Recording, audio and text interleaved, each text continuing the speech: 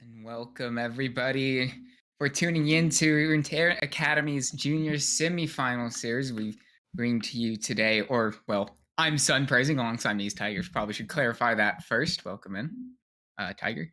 Yeah, well, I'm excited about this matchup. We've made it to semifinals. Sun You're all the way praising. here. I know it's crazy. Been here for God knows how long at this. Well, actually, the whole season, I suppose. But yeah, no, our matchup today is between OMT Chronos and Return to the Middle Sticks Crowstorm. And if there's one thing about the Middle Sticks and both organizations, not organizations, both Middle Sticks rosters that have made the semifinals last week, they both reverse swept. So Yeah, we definitely can expect Crowstorm to have a lot of fight in him coming into this week. We've got a moment here to talk about the two teams, so let's do that. First off, on the blue side, starting out here in game number 1 is the 1 seed OMT Chronos. Season 1 champions. They've got the same roster back. They changed it up a little bit for Season 2, but they've returned their Season 1 roster here, going now by the name of OMT Chronos. We've got probably the overall tournament favorites here and one of the best teams Runeterra Academy Junior has ever seen. And on the other side, we've got Return of the Middle Sticks Crowstorm, who came in as a 4 seed, 4-3 throughout the regular season. Not any high expectations on them going into playoffs, but they got that round 1 upset over Ouroboros Gaming, and it's been all snowballing towards this point. They got that reverse sweep last week as well versus Team Shadow Specters, and now they're here on the semifinal stage. It's kind of a David versus Goliath matchup here, son. yeah, and well, for Crowstorm, I mean, you could really say that about almost every single series they've played up until this point. Definitely a really big surprise that they've managed to sneak their way, or not necessarily sneak. That's a kind of downplaying their achievements, but make their way into the this far into the playoffs. And well, this will more than likely be their biggest test yet, but they haven't let themselves down so far. So I can't rule them out completely. Yep, Crowstorm kind of been a much better roster since they added Data in the jungle. Getting some extra carry potential there has been big for them, and that's been kind of some of the catalyst of them getting into these situations where they can take games off of bigger teams. Even series as we start to get into the draft here. Definitely going to be expecting Crowstorm to try to ban out Acid. This has been a staple of Runeterra Academy all along. Just try to limit the pool for Acid. He's been a big carry as well. So we've got a big matchup in the jungle here. Already 3 junglers banned out, but definitely going to be focusing around that jungle role to see who can get the early advantage here in this series. Yeah, and obviously Acid versus Data is going to be one of the more premier matchups, but if there's anything worth noting is that on the side of Return of the Middle Sticks, both Vibon and X-Craze both faced a lot of bans towards them on specifically the Ahri and Shin, and if they're going to be focused around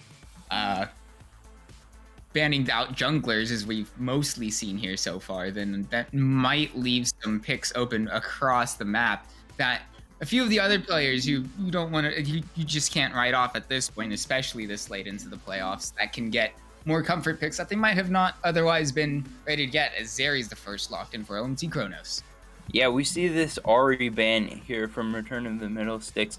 I mean, Ahri, a champ that has been one of the top for both of the mid laners, so definitely going to be heavily contested here in this series. Zeri and Jinx have been kind of a handshake trade-off by a lot of teams throughout the early stages of Season 12 here. Just 2 of the best hyper carry ADCs.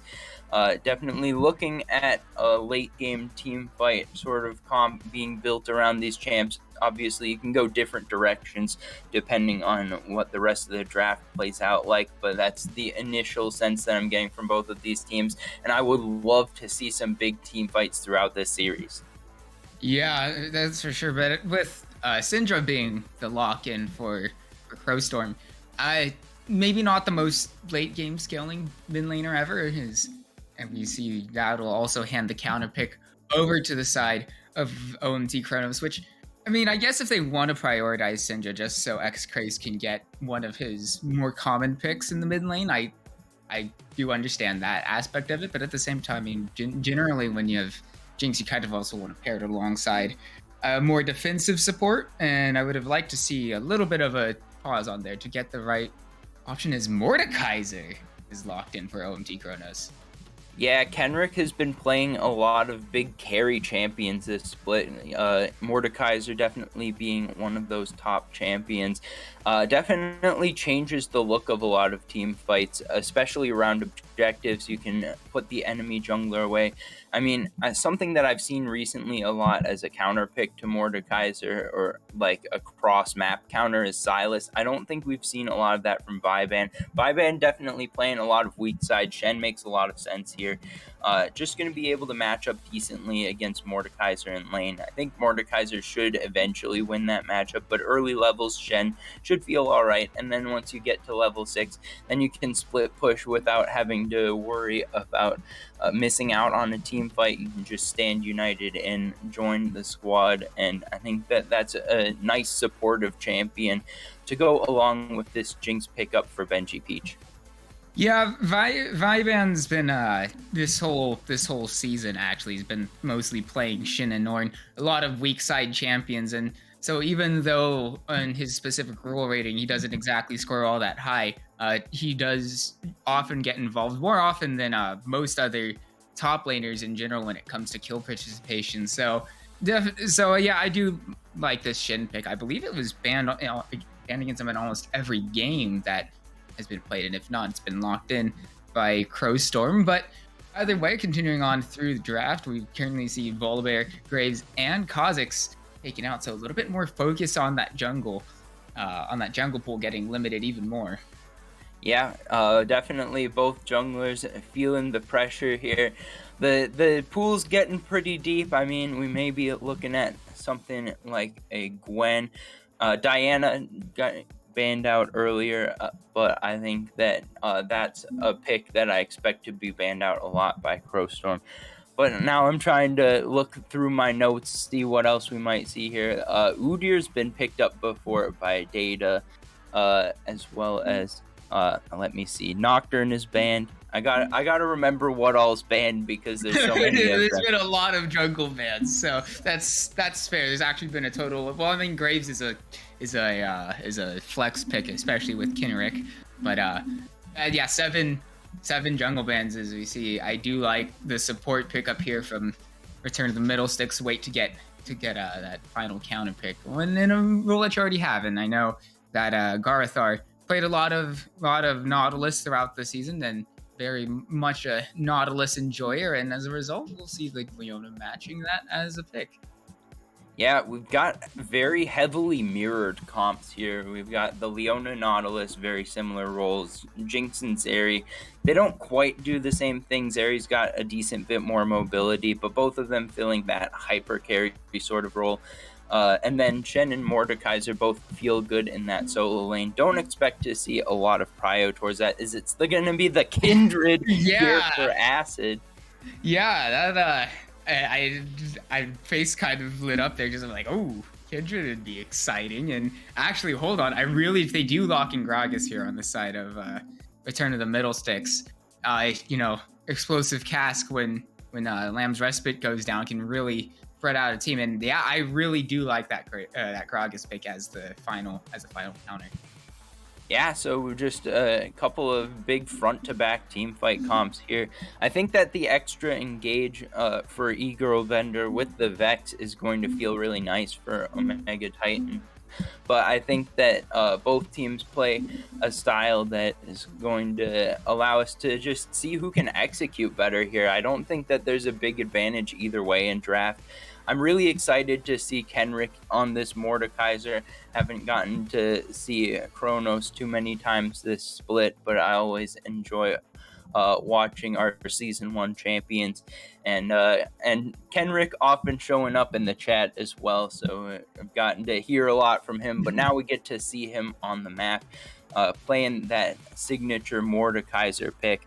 And I think that should be pretty quiet early on. I mean, it's not difficult to see a Gragas ganking, but I don't think that there's a lot of heavily gankable lanes unless you start seeing roams coming out from Garithar, maybe towards this mid lane. But I think that once we see the level 6s come through, that's when the map is just going to explode. There should be a lot more fighting once we get to that point. And I'm really excited to see how this one turns out.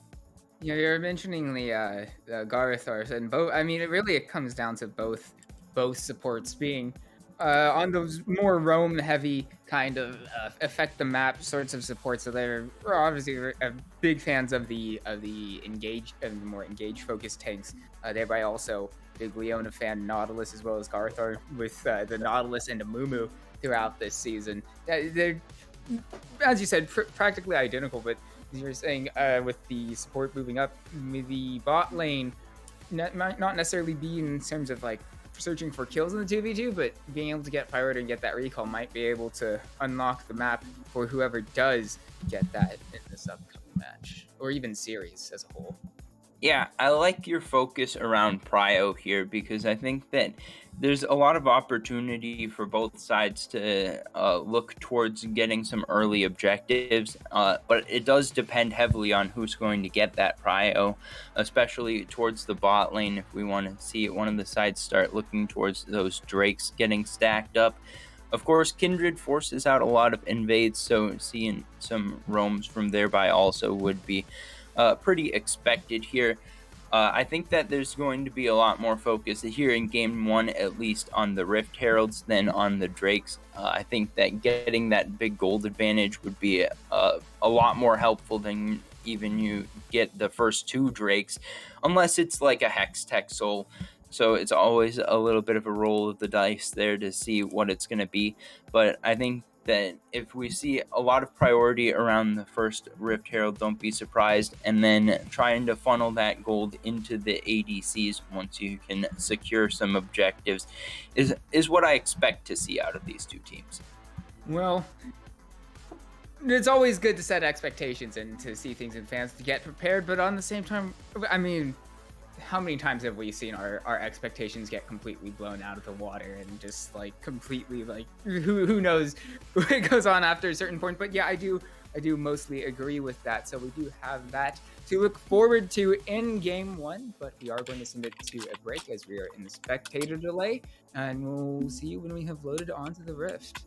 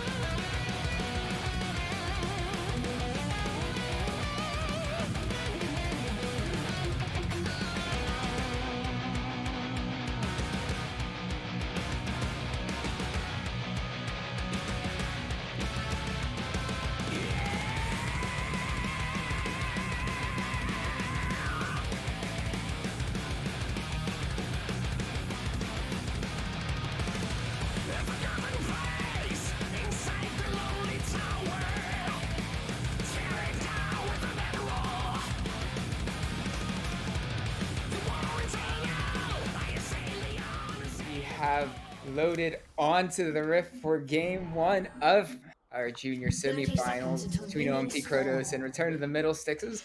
Looks like we're not really going to get too much action in this first one. All the action left behind. Acid straight away trying to, just get a little bit of poke down, but I agree. We've got probably a few moments of kind of silence to fill. So Yeah, I think that we can make a few quick notes here. First of all, Eagle Vendor taking Ignite Minions have spawned.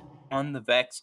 Going to be looking maybe a little bit more towards lane here. Of course, double teleports in the solo lanes coming through from Return in the Middle Sticks.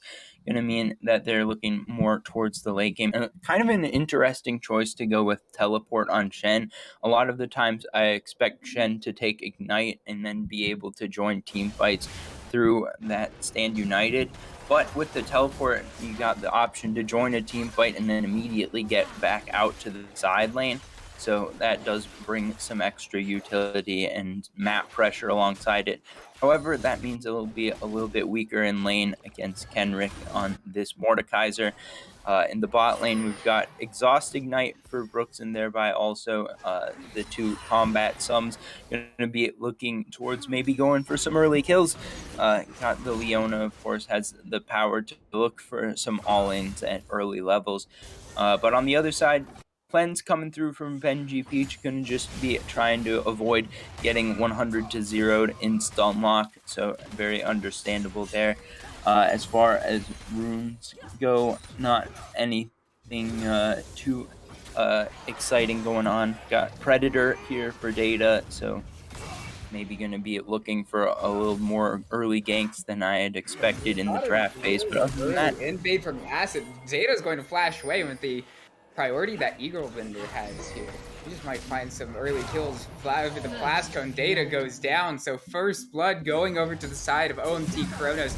As I would imagine, Acid probably picks up that first mark, but all the while yet we're going to go back in again. Garathar and Benji Peach trying to find maybe a return kill, but with four members of the side OMT Chronos in that jungle, a bit perhaps not the most ideal decision making, and as a result, we've seen 2 early kills going on to OMT Chronos. yeah, and that was very decisive from Chronos. They knew exactly what they wanted to do. Eagle Bender getting that priority in the mid lane was huge. Acid able to pull off the invade, and Data flashes, but in a direction where he's got no help. Doesn't know necessarily that Eagle Bender has already rotated that direction, so the first blood goes over, and then just trying to salvage the situation by trying to counter the invade. But it was a 4-on-2 really there in the top of the bottom side jungle, and that means that it's Chronos taking the first 2 kills of the fight. Yeah, in this match, and really, there was one thing that we pointed out is OMT Chronos, one of the favorites to win the whole entire tournament. However, Kenrick just might be caught out here. Data up into the gank with the Predator. Kenrick going low, quite down. Maybe flash forward from Viban ends up picking up the kill. However, Acid will be there as the tower shot takes down. Flash forward though, trying to look for 2. I don't believe we'll be able to get too much more. Data looks like already out and that's a can away. I believe that not much more will come from that counter at the top lane. Yeah, I like the early aggression here from Data trying to find a winning position. Oh wait, hold on. Garathar trying to find his way in. Not quite. Sorry. Wait, thereby also is on Chronos Spring. Hello? Yeah. No, but that's either side. Once again, thereby also using that team's play very aggressively, trying to find an engage. But yeah, no. We're saying, I agree. Yeah. On the top side of the map, kill coming through. Going over to Viban, so that means Viban going to be feeling pretty decent in this lane. Shen, definitely a strong lane pick in the early stages, able to nullify those auto attacks. Gone thereby also is getting really deep there without much mana left. Might take a lot of damage in return. Probably not the best decision as... I got a question. Do you think it's Brooks or is it Strooks? Because, you know, the German symbol, I don't actually know the name of it. Yeah. Yeah, I right? thought about that. I thought about that for a second. I'm pretty sure that it's just supposed to be Brooks, but it is a good note that is the German S, double S Yeah, the double symbol. S. But I don't know the exact name of it, but I yeah. I believe it's Brooks. We can check in the chat if we got some extra information there, but I think that for now we're seeing some trading going down in that bottom lane, thereby also feeling pretty aggressive, but knows that it's a time that you want to see a reset coming out from Benji Peach, so maybe Wait, feeling hold more on. We've confident. got a fight over here. Smite going to be claiming the first Hex Tech Drake for OMT Chronos as Eroglins are in the bot lane. Gets that first kill. However, Acid's already very low, and that'll be a shutdown going over to X-Craze. The Wild once again in this bottom lane. Benji Peach will be taken down by Brooks, though Brooks kind of in a very difficult way, though, as he's playing Zarya. That's right. Oh, wow. All right. Oh, X-Craze trying to find that one kill. Now having to flash over as he's gone very low. Very dangerously low, though. He will be able to make it out there. So all these low health bars, yet only a couple kills, or actually 3 coming in that skirmish in the bottom lane. Yeah, 2-for-1 in favor of Chronos. Once again, they're in a good spot now. They've gotten to the mid game. Eager Benders in a very powerful spot. X-Craze able to pick up a kill as well, though. Gonna be scaling up just a little bit. Definitely waiting to see that level 9 come through on the Syndra. That's where the true power starts to come up. But the unleashed power able to pick up the kill. Good timing on the level Acid 6 trying to to find rotate. the And now invade. Acid's Data doesn't have the smite, so we'll lose that red buff, and actually is just going to head away, and probably rightly so, low on health and mana, and down a level. We'll wait for the rest of his team to try to maybe find a little bit of assistance here. No Lamb's Respite just yet for Acid, and he's gone low. Data perhaps not all that ready, but Viban with Stand United will find that kill as the Dredge line now locks up Kinrick, and this just might be an early 2 kills for the side of Crowstorm. And there it is, Viban picking up that next kill as well. So really feeling great in this top half of the match for the side of Return of the Middlesticks. Yeah, all the while, thereby also got a kill on Benji Peach, so I'm not sure exactly how that happened. Not many flashes available for anyone on the map, honestly, here. Acid able to pull off the invade, steal away the red buff, but doesn't find the mark. I believe it was on the rafters instead, and then just doesn't have any way back out. Tries to go back to the river, but a good roam from Garethar is able to nullify that. And 2 kills Oh, wait, going hold on. over. We're going to Brazil in the top lane. So no more minion aggro going to be helping Viban as Kinrick picks up the solo kill.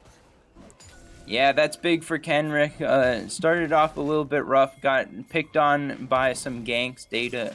Now we've got an invade. This is going to be a fight. It is a bit of a strange spot. However, Garethar is going to go low, finally being taken down by Acid, and we're still going through Benji Peach, taken down by Eagle Blender. So once more, it's going to be 2 quick kills going over to the side of OMT Chronos towards this bot half the map. We kind of have a sort of a split map situation where Return to the Middlesticks feeling good in that top. Well, actually, not in, before that solo kill that just transpired, and OMT Chronos really dominating his bottom half of the map. So as we go on through this matchup, we might see. Hopefully, I would expect Middlesticks trying to pick up that Rift Herald, but until then, well, we've got ourselves a very split map. Yeah, a pretty deep invade there, and kind of invades coming through on both sides of the map. Acid, of course, playing the Kindred, always a champion that looks towards those invades, but I think that Chronos has been playing very well around it. In that case, though, I think that Return of the Middlesticks able to at least get one back. It looked to be a very dangerous ult coming through from Egro Bender, able to get onto the back line, pick up a kill onto Benji Peach, but a good unleashed power coming through from X-Craze, able to take the kill and at least rebuff the enemy mid laner. Situation here does flash away as he spots Acid on that pink ward. So we'll get that Summoner spell out in the top half of the map, and thereby also has already roamed up all the way to this Rift Herald. So I was saying I was expecting to maybe see Crowstorm try to pick that up, but reality doesn't always go as planned.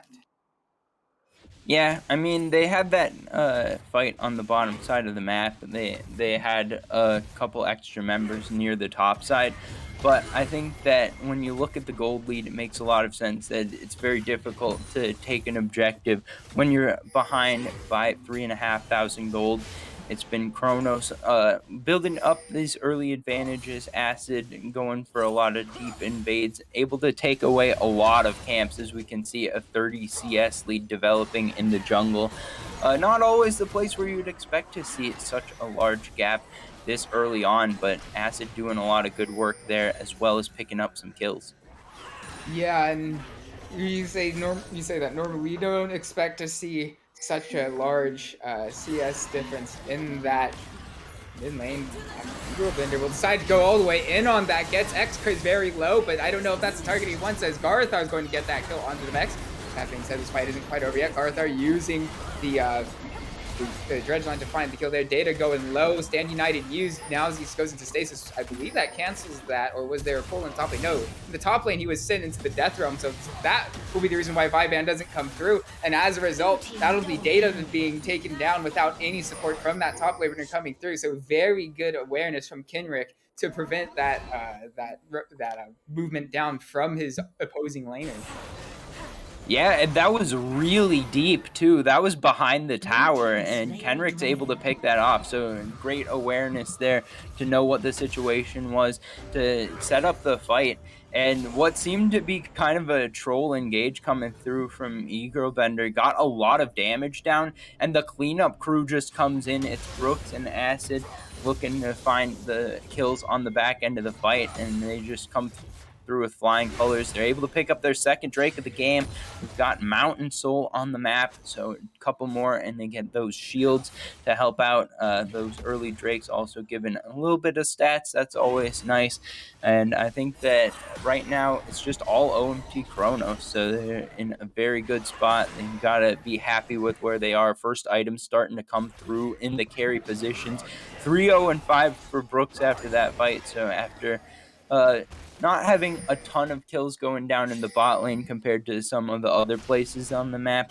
Now Brooks definitely online here, going to be looking very dangerous going into the next fights. Speaking of fights coming down, Acid's going to have to use that Lamb's Respite. Data not going to be using that. Actually, his explosive cast wasn't ready. It was on cooldown, but I guess it won't matter as Ivan picked up that kill. X-Craze manages to find one kill before he goes down, and double kill going on to that onto the Eagle Bender as he goes low, but I don't know if it'll be enough. Kenrick trying to find the execution onto Viban, but won't get anything further there for now. That being said, both these teams are positioning very dangerously around in the mid lane, especially as this wave crashes into the tower. Viban staying around though. Now he will start to head away. Probably just yeah, nice blast cone there from Viban, able to find his way onto Acid, pick up that kill. But Bender able to find the Shadow Surge onto the back line, able to go onto X-Craze with that, and then use that dash to get in range of finishing off Data, able to finish off X-Craze as well. So big double kill coming through there from Bender, and now that means that the first tower is going to go down. They're going to maybe get a second charge off the Herald as well, so that's pretty big there, getting a lot of use out of that early objective, and the gold lead up over 5,000 now. Yeah, we're not even at the 15-minute point and yet all over the map. With the exception of top lane, it's been just all OMT Chronos, and even though Viban's been at least in the 1v1 matchup over Kenrick, doing fairly alright. You have to question how much that'll really matter at the end of the day when everyone else around the map has such a massive gold lead. However, we got 3 members moving towards the spot lane, thereby also will find Garthar to get his way out. But now they're going to change priority onto Brooks. He's getting snared up, and I don't believe there's much else he can do as he gets CC'd into oblivion, shut down going on to Benji Peach. That's going to be a lot of gold going to go into the pocket on this Jinx, so maybe Storm start to be able to become a little bit more relevant in this game, especially as sitting on that Noon Quiver alone. I not quite sure how much gold he's currently, but we're scratch that, thereby also going low. Won't be able to go. Actually, there he was now. The Shadow Surge trying to find Benji Peach on back in that fight. So 1-for-1 underneath the bot lane tier 1 tower in that second half of that little excursion. That being said, Kinrick has teleported down, maybe trying to find any remnants of this fight, but will not be able to. Yeah, both teams sending a lot of resources there. A 2-for-1 in favor of Return of the Middle Sticks Crowstorm.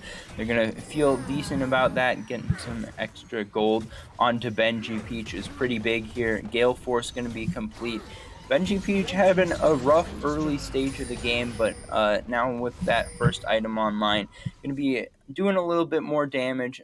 Gale Force giving some Garthar? extra mobility as I well. mean, he has a pink ward, there it is, but I mean, he's level 7 up against a really nicely leveled Kinrick, and so now in the Death Realm, he's just going to be deleted. Not much he can really do in that situation. Currently starting off this fight, 1 kill going with OMT Chronos. I don't believe there'll be too much else in this exchange as both teams start to walk away now. Man, it really sucks when you're a support and you can't even sit on a control ward in your own side of the jungle.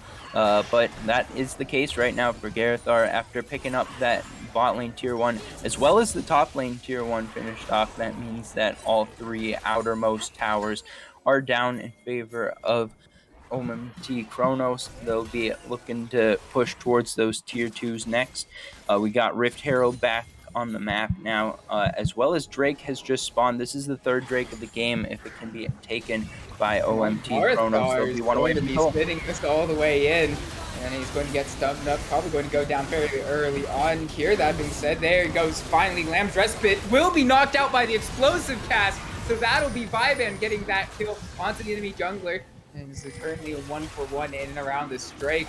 So I don't believe this fight. Yeah, no smite. Neither teams have smite. And now there it is. Thereby also trying to find the engage, but now countered. It's currently a 2-for-2. Benji Peach using his Gale Force to pick up that kill. Once more, Albert is sitting very low, not quite done just yet. Data and Benji Peach hardly have any health remaining as the dragon gets reset, thereby also not quite being able to get taken down. And actually, Benji Peach not going to be able to get that extra damage onto thereby also. So Igor Blender picking up that double kill, and with all those health bars being so low, going down to the moment, we're not even quite done yet. Our Garthar knows that these enemies aren't looking all too healthy, so he's going to stick around here.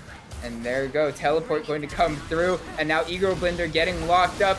Viban going to get that kill and a 700 gold shutdown as a result. Thereby also getting low once more. Viban picking up that double kill. Acid has actually will be able to kite this out for a bit and actually will get that double kill. So I thought perhaps Viban would have been able to have enough burst damage there. Scoop Mega Death Rocket going to take Acid a bit lower as X-Craze sitting here on full health. Smite does come through. Acid now though won't have Lamb's Respite, and that's X-Craze picking up that shutdown as well. So even though that will send OMT Chronos to Soul Point, a lot more gold has come into the pockets of very key members on the side of Return of the Middle Sticks. Yeah, I think that qualifies as a 7-for-6 team fight in favor of OMT Chronos. That was a marathon right there. That's a. We just might have another one coming through here. Kinrick going to send Data to the Death Realm, so they're going to be completely open for him as he's going to get blown away by that explosive cask, and will not over that wall and see himself out. Yeah, Data's had a couple of good explosive casks in a row, actually. Yeah, it's made it a lot harder for OMT Chronos to just win out on these fights. 30 seconds left here to finish off this Rift Herald. Shouldn't be a problem. Second Rift Herald going to be potentially able to take down the mid-tier 2, even break out some more space on the map, make it that much harder to go take the jungle for Data here. And Return of the Middle Sticks Crowstorm just hanging on for now, trying to go blow for blow. They're going to be nearly forced to fight. Maybe you're just given the call to give up on the Mountain Soul if you're this far behind, but I think that you probably want to fight for it unless you think that 10 minutes is that much better than 5 and you're going to fight for Elder instead. But it's a pretty rough spot, down 6,000 gold for Return of the Middle Sticks Crowstorm. They're doing the best that they can with this situation, though, and I think that it's good to see that they're still fighting, even going back in for a team fight after the team fight had seemingly already ended due to the ace. Yeah, and with that being said, even though the gold difference looks very OMT Chronos favored in terms of execution, I mean, Data actually is probably going to get cut out here. Xenoblade will land. Shadow Surge layers that CC, thereby also quickly going to pick up that first kill. Now, meanwhile, Viban doesn't really have much else to go. Seems close and behind. X-Craze here. Xenoblade won't land. Viban taking very low. The burn will be enough as he gets through. Surely that is it. Yes, Kinrick does get that kill, and as well as Karthar going down. Got 3 really quick kills, and with the Rift Herald available to be used, but yeah, he's going to deploy it right now.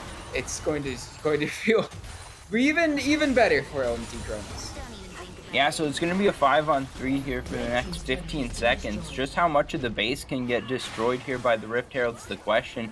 Definitely looking to take out this inhib tower. Double marksman here on the comp for OMT Chronos. Oh, wait, hold on. That'll be X-Craze getting picked off there early on, thereby also managing to find his way out alive.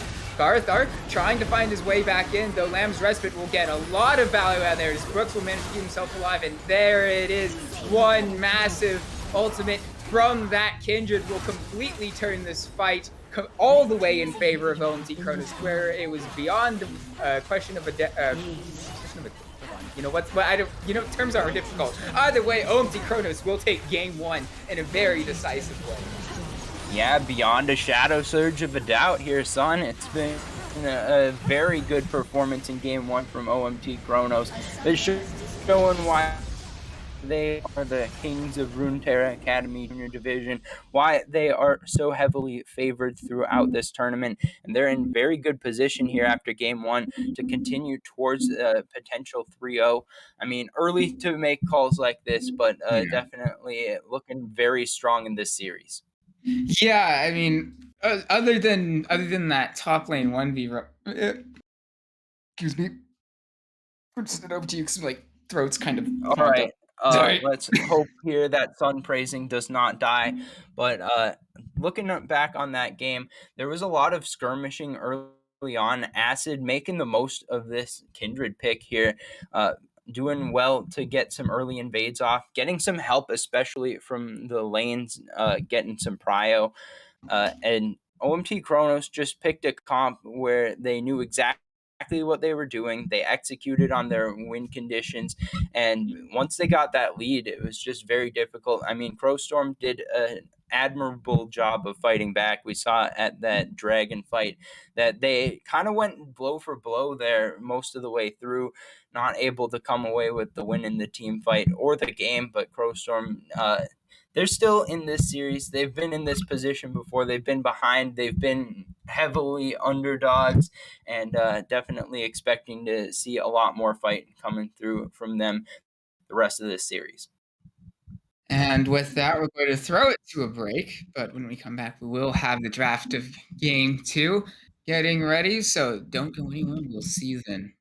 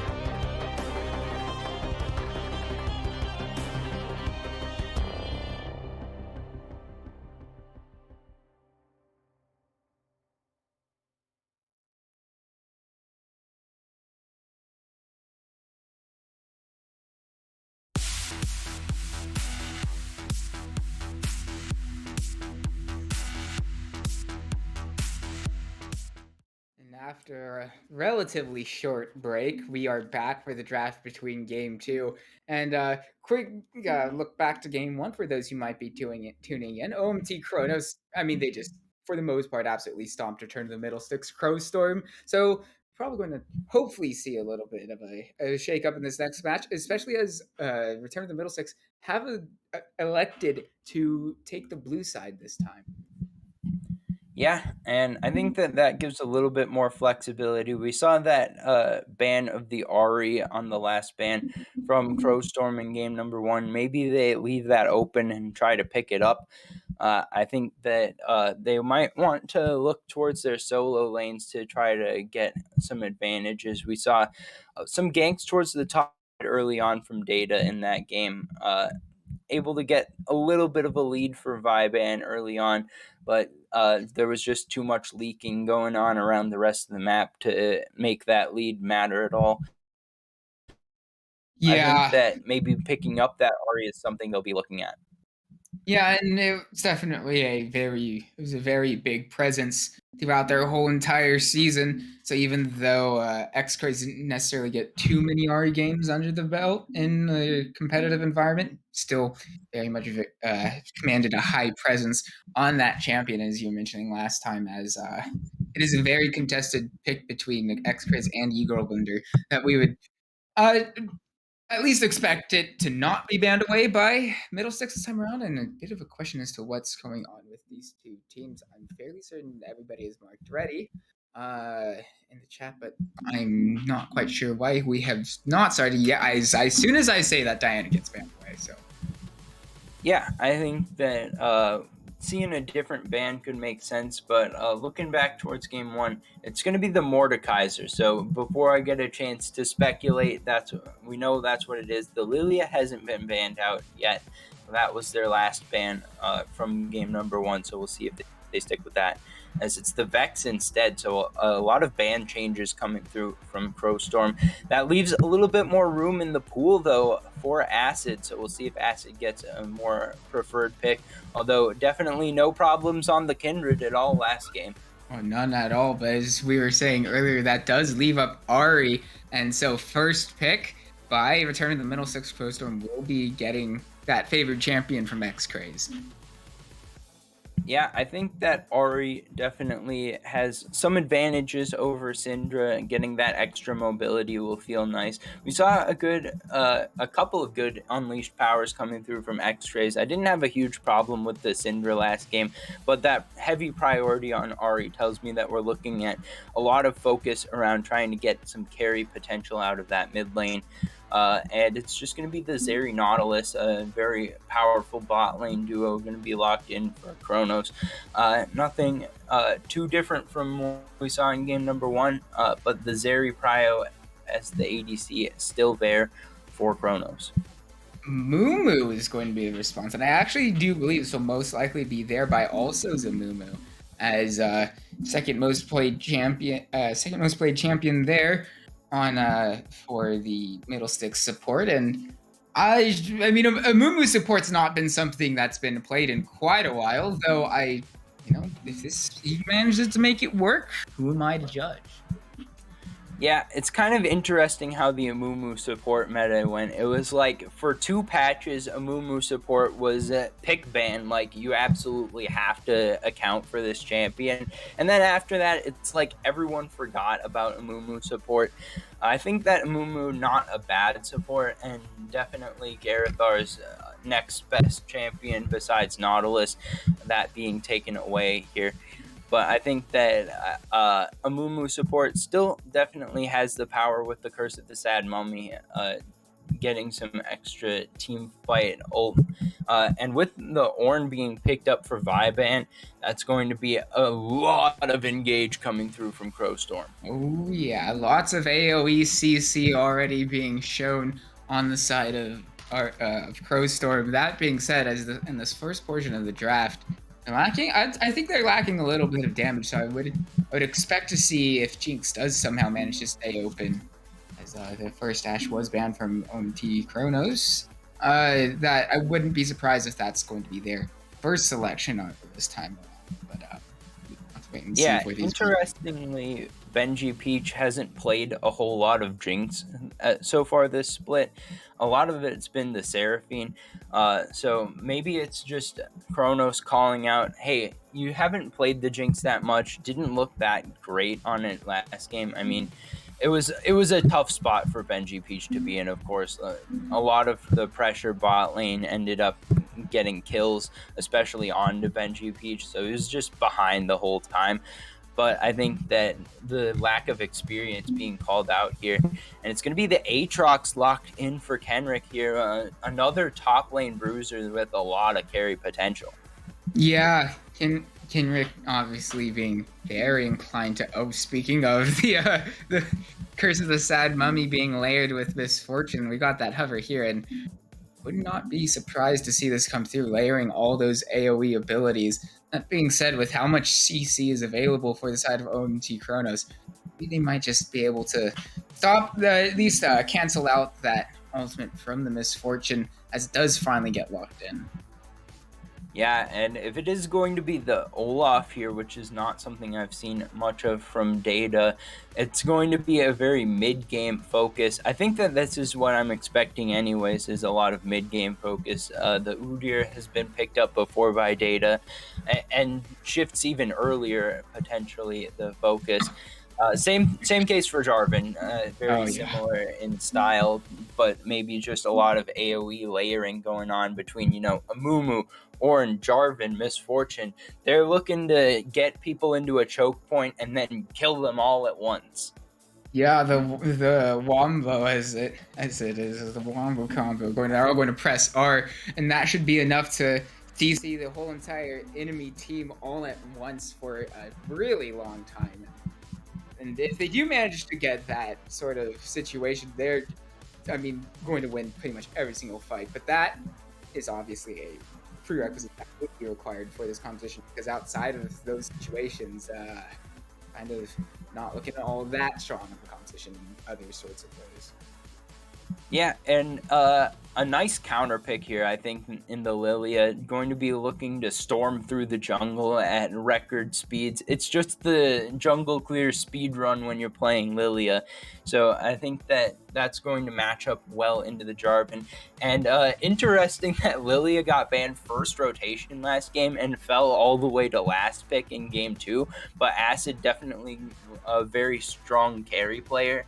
And Lilia is definitely a champion that you can look to both engage and finish off kills with. So if you can get some early kills onto Acid here, I think Chronos will be looking at just snowballing a game in the mid game very similarly to what we saw last game. And I think that they've shown that they're very capable of getting into that position. Now, I'm excited to see Egrobender's Syndra and maybe get a chance to compare from what we saw last game on X-Craze to Egrobender's Syndra here in game number 2.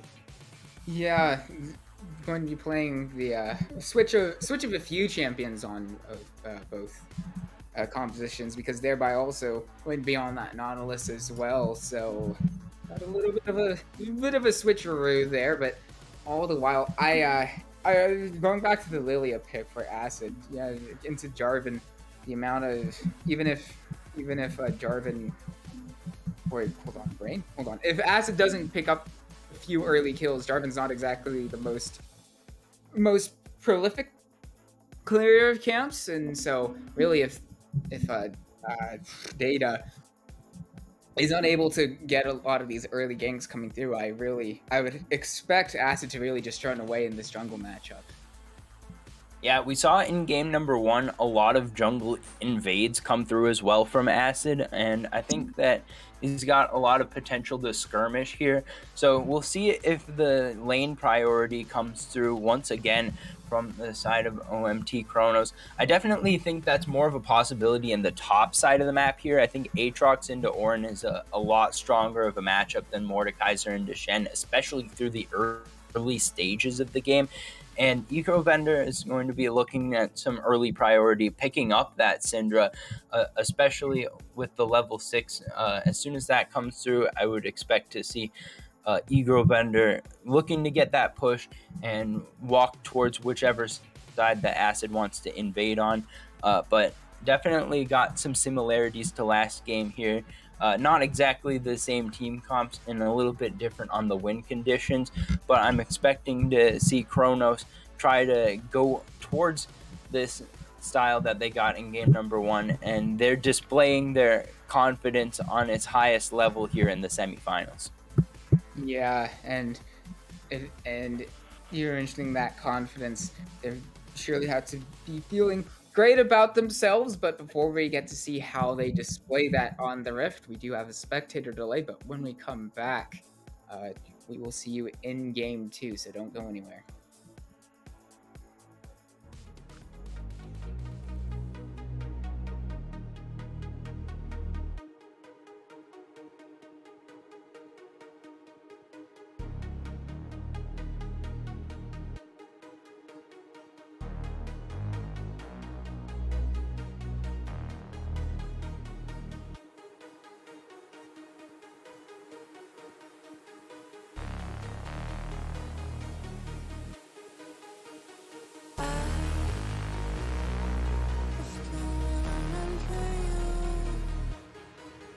Am I breaking through?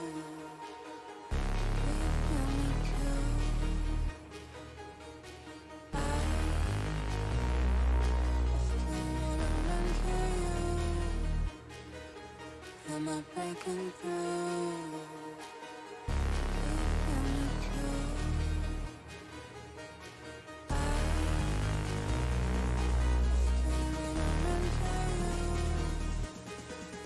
Am I breaking through?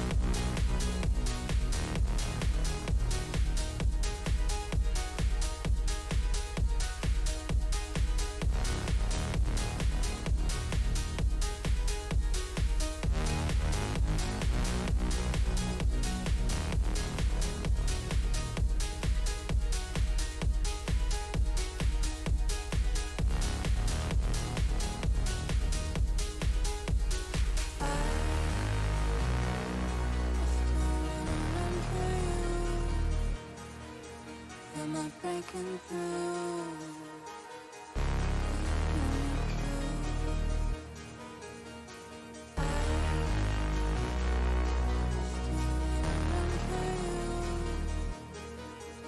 Am I breaking through?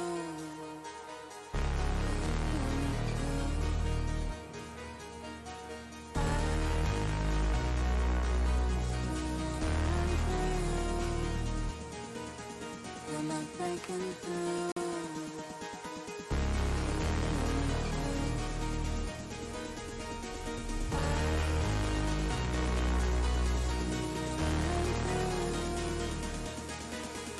Am I breaking through?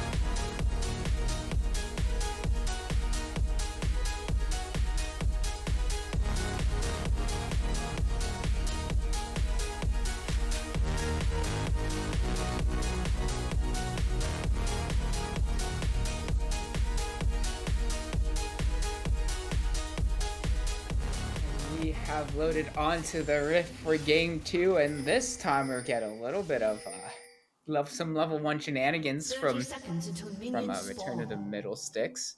All 5 members in this top lane trying to find a way in. I would just imagine that Garthar does have the bandage toss available. Then they will see Kinrick here.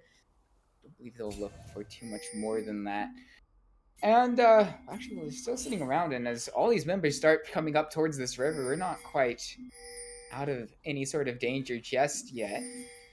Demon just Pixel Brush, thereby also going to get the snare onto Garthar, having to flash away, thereby also trying to find his way back in, going to find Vinji Peach with the stun. Kinrick now will go down as Vinji Peach does get that first kill, thereby also going low, but will it be enough? Ignite will take that one down after the Viban finishes it up on the auto attack. Brooks now is in a really strange spot for the rest of this fight. His Data also likely going to go down now as Acid does have extra move speed. And straight away, we have a 4-4-3 team fight at level 1. That being said, Acid not quite out of it just yet. Viban did use that teleport to get back towards this this fight in the jungle. Acid only on half health now. X-Craze.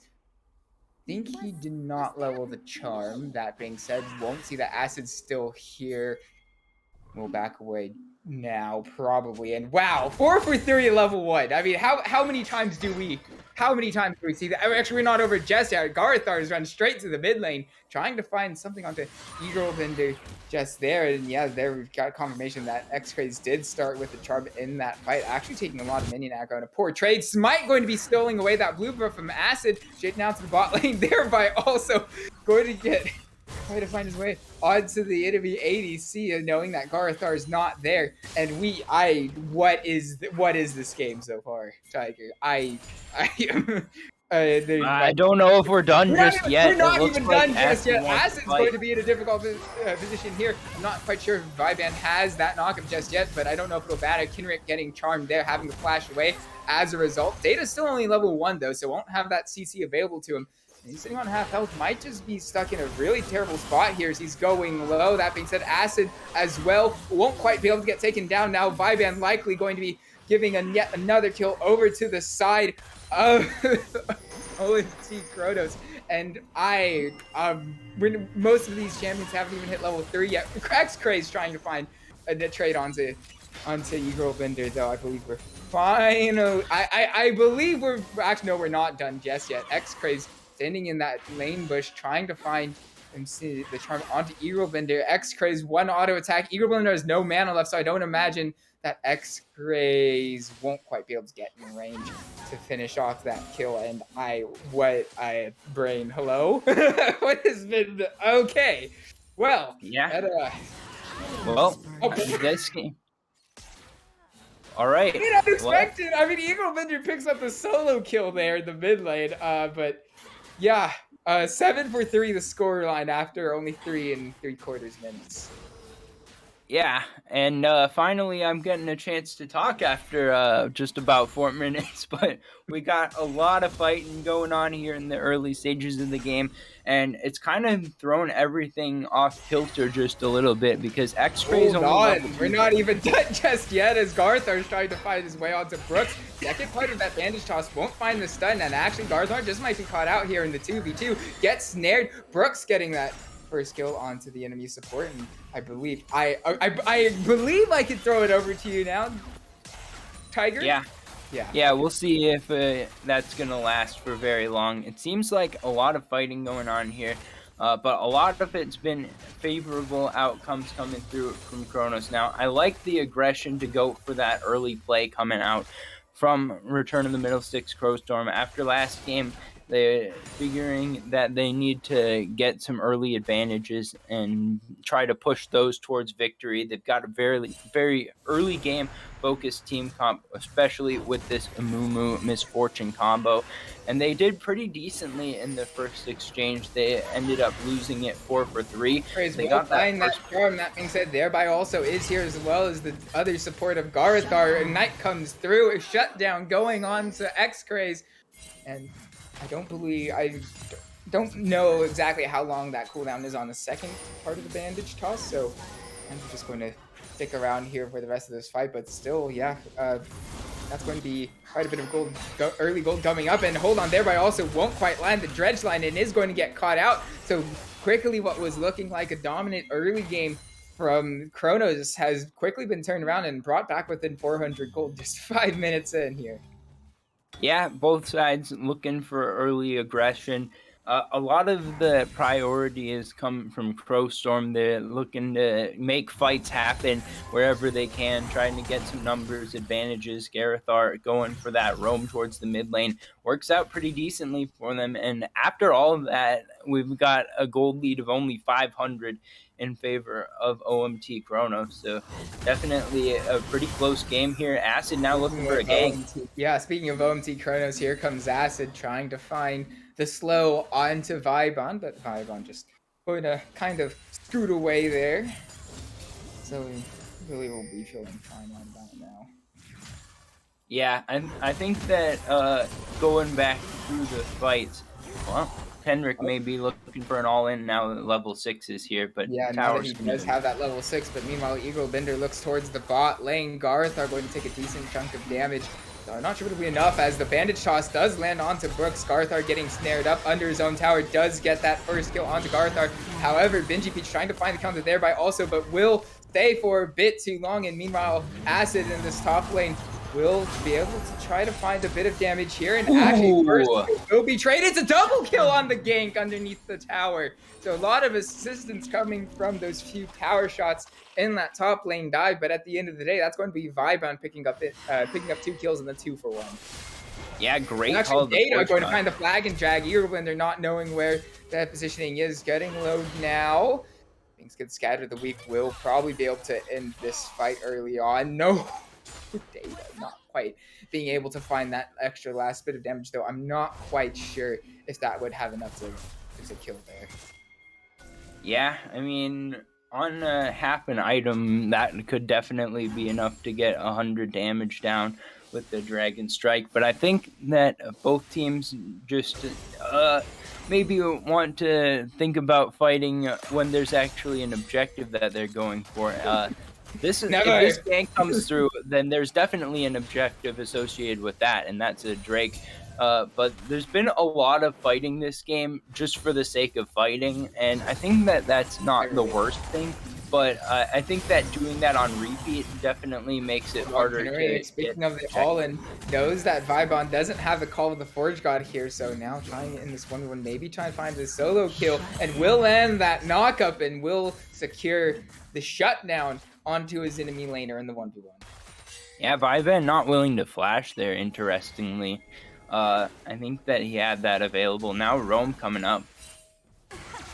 Yeah, speaking of, here comes X-Craze. Now going to use his Spirit Rush to get over the wall. Going forward, trying to find the last bit of damage onto Kinriak. That's instead taking a lot of oh my goodness, that is a lot of damage. As Kinriak will land that sweet spot and get another kill and another solo kill in that top lane. Now this time onto X-Craze. Yeah, X-Craze looking for the roam. I think that makes a lot of sense on the Ahri pick, but then he just flash Spirit Rush with no abilities available right into melee range. So I think that that's not quite optimal against an Aatrox, as is borne out by the evidence here. Now Acid going for some more invades. We'll see if this leads to some more fighting, as it looks like Garethar may be wise to it. Yeah, I mean, knowing that Lilia clears really fast, will be layered up with the bullet time. Benji Peach going to pick up that kill there, and as we were stating not too long ago in the draft that that Amumu misfortune at one point not too long ago was, hold on, actually Brooks going to be caught out here, and that's going to be Benji Peach picking up yet another kill. So really well done for that ADC. That being said, all in from Eaglebender, going to try to find X-Craze, and there it is, going to get a solo kill in that mid lane, going on to the Syndra, and all over the place is really the only way to describe this game. We're only 10 minutes in and we've had 24 kills, Tiger. Yeah, I mean, that last couple of kills that just happened have kind of outlined the strongest champions in the game right now. I mean, if we look over at the gold, we can see it right at the top of the charts. We've got Bender at 5-1-5 on the Syndra, and we've got Benji Peach at 5-2-2 on the Misfortune, and those are going to be the strongest carries at this point in the game. Bender with big lead coming through, getting that solo kill on X-Craze. Has Here taken comes 3 plates. Kinrick, though. We've got to fight in and around the Rift. Herald Eaglebender has a slight priority advantage here, but all the while, that was mostly as a result of Garthar coming up to not completely have all of that priority as they shut down the tower. But that being said, Charm will land. Kinrick getting taken down to half health, so I don't believe there's enough burst to take him down just yet. And speaking of just yet, Kinrick going to be getting another kill. So now 5-2-4. Oh no, that dredge line won't quite land from there by also hitting that little bit of terrain. So right there, thereby also trying to find the knockup onto Benji Peach. That being said, at what cost? The kill does get traded back onto Eaglebender. So yet that'll be yet another kill, and at that a shutdown going on to this mid laner. Especially Syndra going to be feeling like he do a lot of burst damage just out now. Vibon, though, going to be taken low. Will he be able to? Yes, he will be able to get that second part of the Call of Forge card coming up. That being said, as he goes sleepy, will be taken down by Kinrick as he was completely CC'd, unable to move there. Brooks trying to find a way back in. That being said, Bandage Toss will find the CC onto Brooks. Is it enough damage? There it is. Data will find the blast auto attack onto Brooks. And as the charm lands, that'll be shut down going up to X-Craze in this mid lane. And so as we get these really extended fights with 12 minutes and we've got a total of 31 kills, quick maths across the board. And as I do believe that, I don't even know if we're done here just yet. It doesn't, that return was full health. And there it is. X-Craze going to get taken a ton of damage, thereby also going to set that up. However, at what cost? There it is. Benji Peach getting another kill, and that second bandage toss will land. That being said, going down, Benji Peach is yes, Benji Peach will get that kill with on the E. That being said, Acid going to be gaining the move speed here now, just as we won't have a chance to see that Rift Herald go down. That being said, Data is now walking into the mid lane with the eye collected, and Tiger, I think I'm going to have to throw it over to you just now because I'm already feeling my voice going after how crazy these first 13 minutes have been. Yeah, and I think that this is actually a very good spot for Return of the Middlesticks Crowstorm to be in. They definitely have been forcing a lot of fights to come through, and I thought that the response looked pretty good there going towards the Rift Herald from OMT Chronos. They kind of have gotten the sense of this game that there's going to be a lot of fighting, so just rotate everyone towards it, and I thought that was generally a good call. But on the back end of the fight, it's Middlesticks able to set up the kills, able to take down the Rift Heralders, who were able to get all of their members in good positions. Benji Peach has been absolutely massive this game. They're going to be able to get some plates here, and the gold lead is still within 1,000 between the two teams. Now another objective's up, so why not fight for it, right? Yeah, you know, I mean, we've fought for so many objectives as it is now. Kinrick not quite having that Unleashed Teleport available just yet. That being said, thereby also taken very low. X-Craze will get knocked up, but that's going to be the enemy support taken down as Data secures the dragon. And what's this going to be? Yeah, the bullet time going to be massive, taking a lot of damage there onto the enemy team. That being said, Acid will find the kill onto Benji Peach. Now Kinrick is here after the teleport became just unleashed now, and right in the enemy team gets that first kill, trying to find Garthar now, but I'm not sure if it'll be enough damage here. Kinrick going low, taken down, not quite able to clean up the rest of that prize as Garthar does manage to make it out alive. Yeah, so Kenrick able to pick up the turret gold after finishing off that top lane tier 1, able to get the first brick, so that kind of evens out the gold, but the Drake going down in favor of Return of the Middlesticks Crowstorm mean that they probably come out on top of that fight, relatively speaking. Still a very, very even game. And Kenrick able to go in 1v4 at the end of the fight and come away with, I believe, 2 kills before going down. So a lot of champions in a strong spot in the game right now. We'll see if Kenrick's able to come back onto the map now with an item and a half that Gore Drinker completed. Should be even stronger in skirmishes, especially against low health enemies like we saw at the end of that last fight. Now Very dangerous with here. X-Craze going low within one auto attack at this point. Surely, that being said, the kill doesn't quite land just yet. That being said, thereby also knowing that X-Craze is in and around the area, kind of just maybe fishing around with that hook, but not able to find much there. As I believe that will be X-Craze making it out alive. Yeah, the mid lane tower now taken out by Benji. Wait, X-Craze? You crazy man. Hello. X-Craze won't even need the help from thereby also as Eaglebender is just one Q's going to manage to pick up that kill onto his enemy mid laner.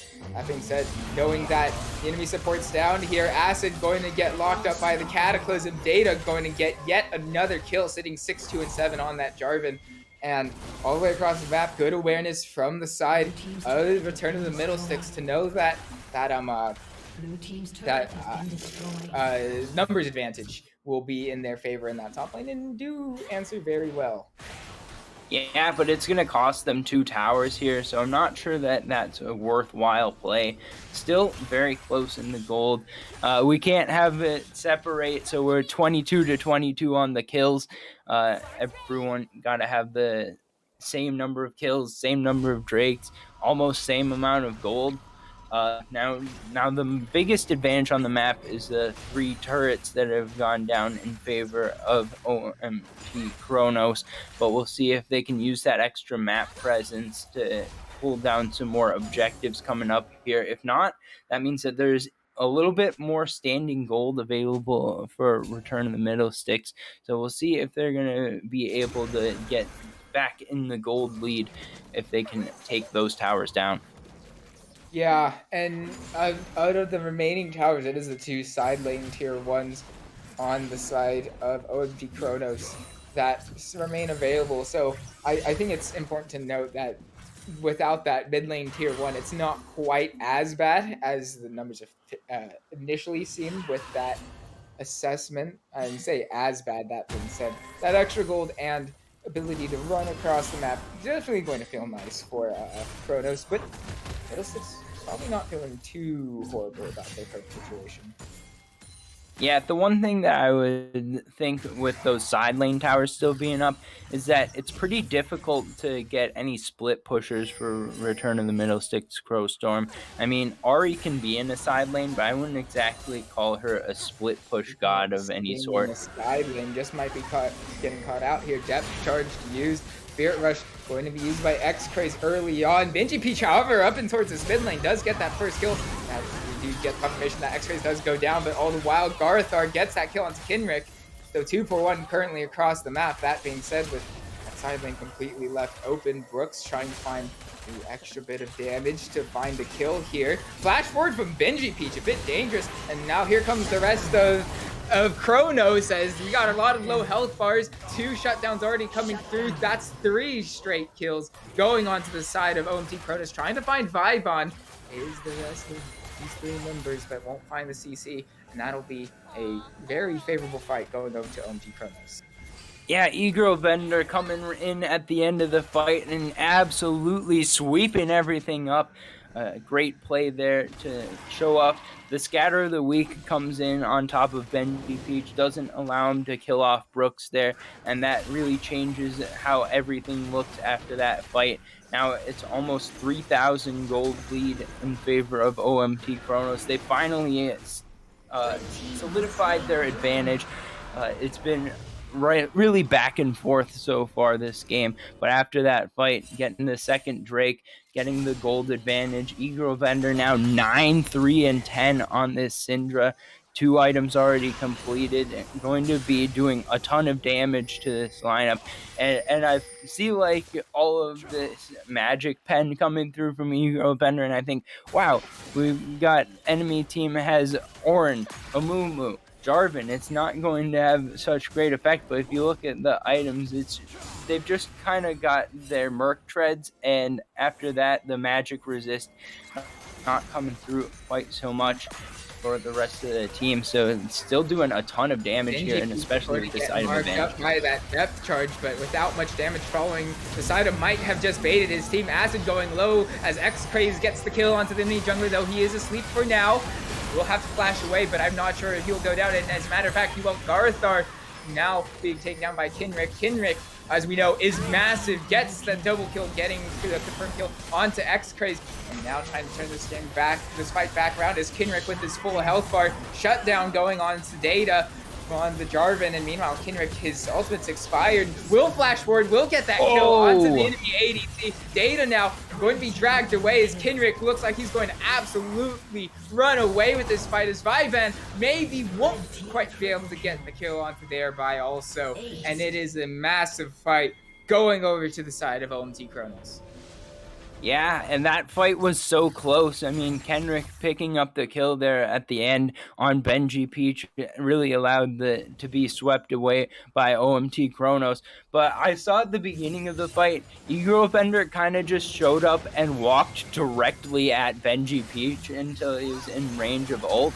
And that was basically the entire fight from Egro Bender, which made me feel really like it was going to go poorly for OMT Chronos.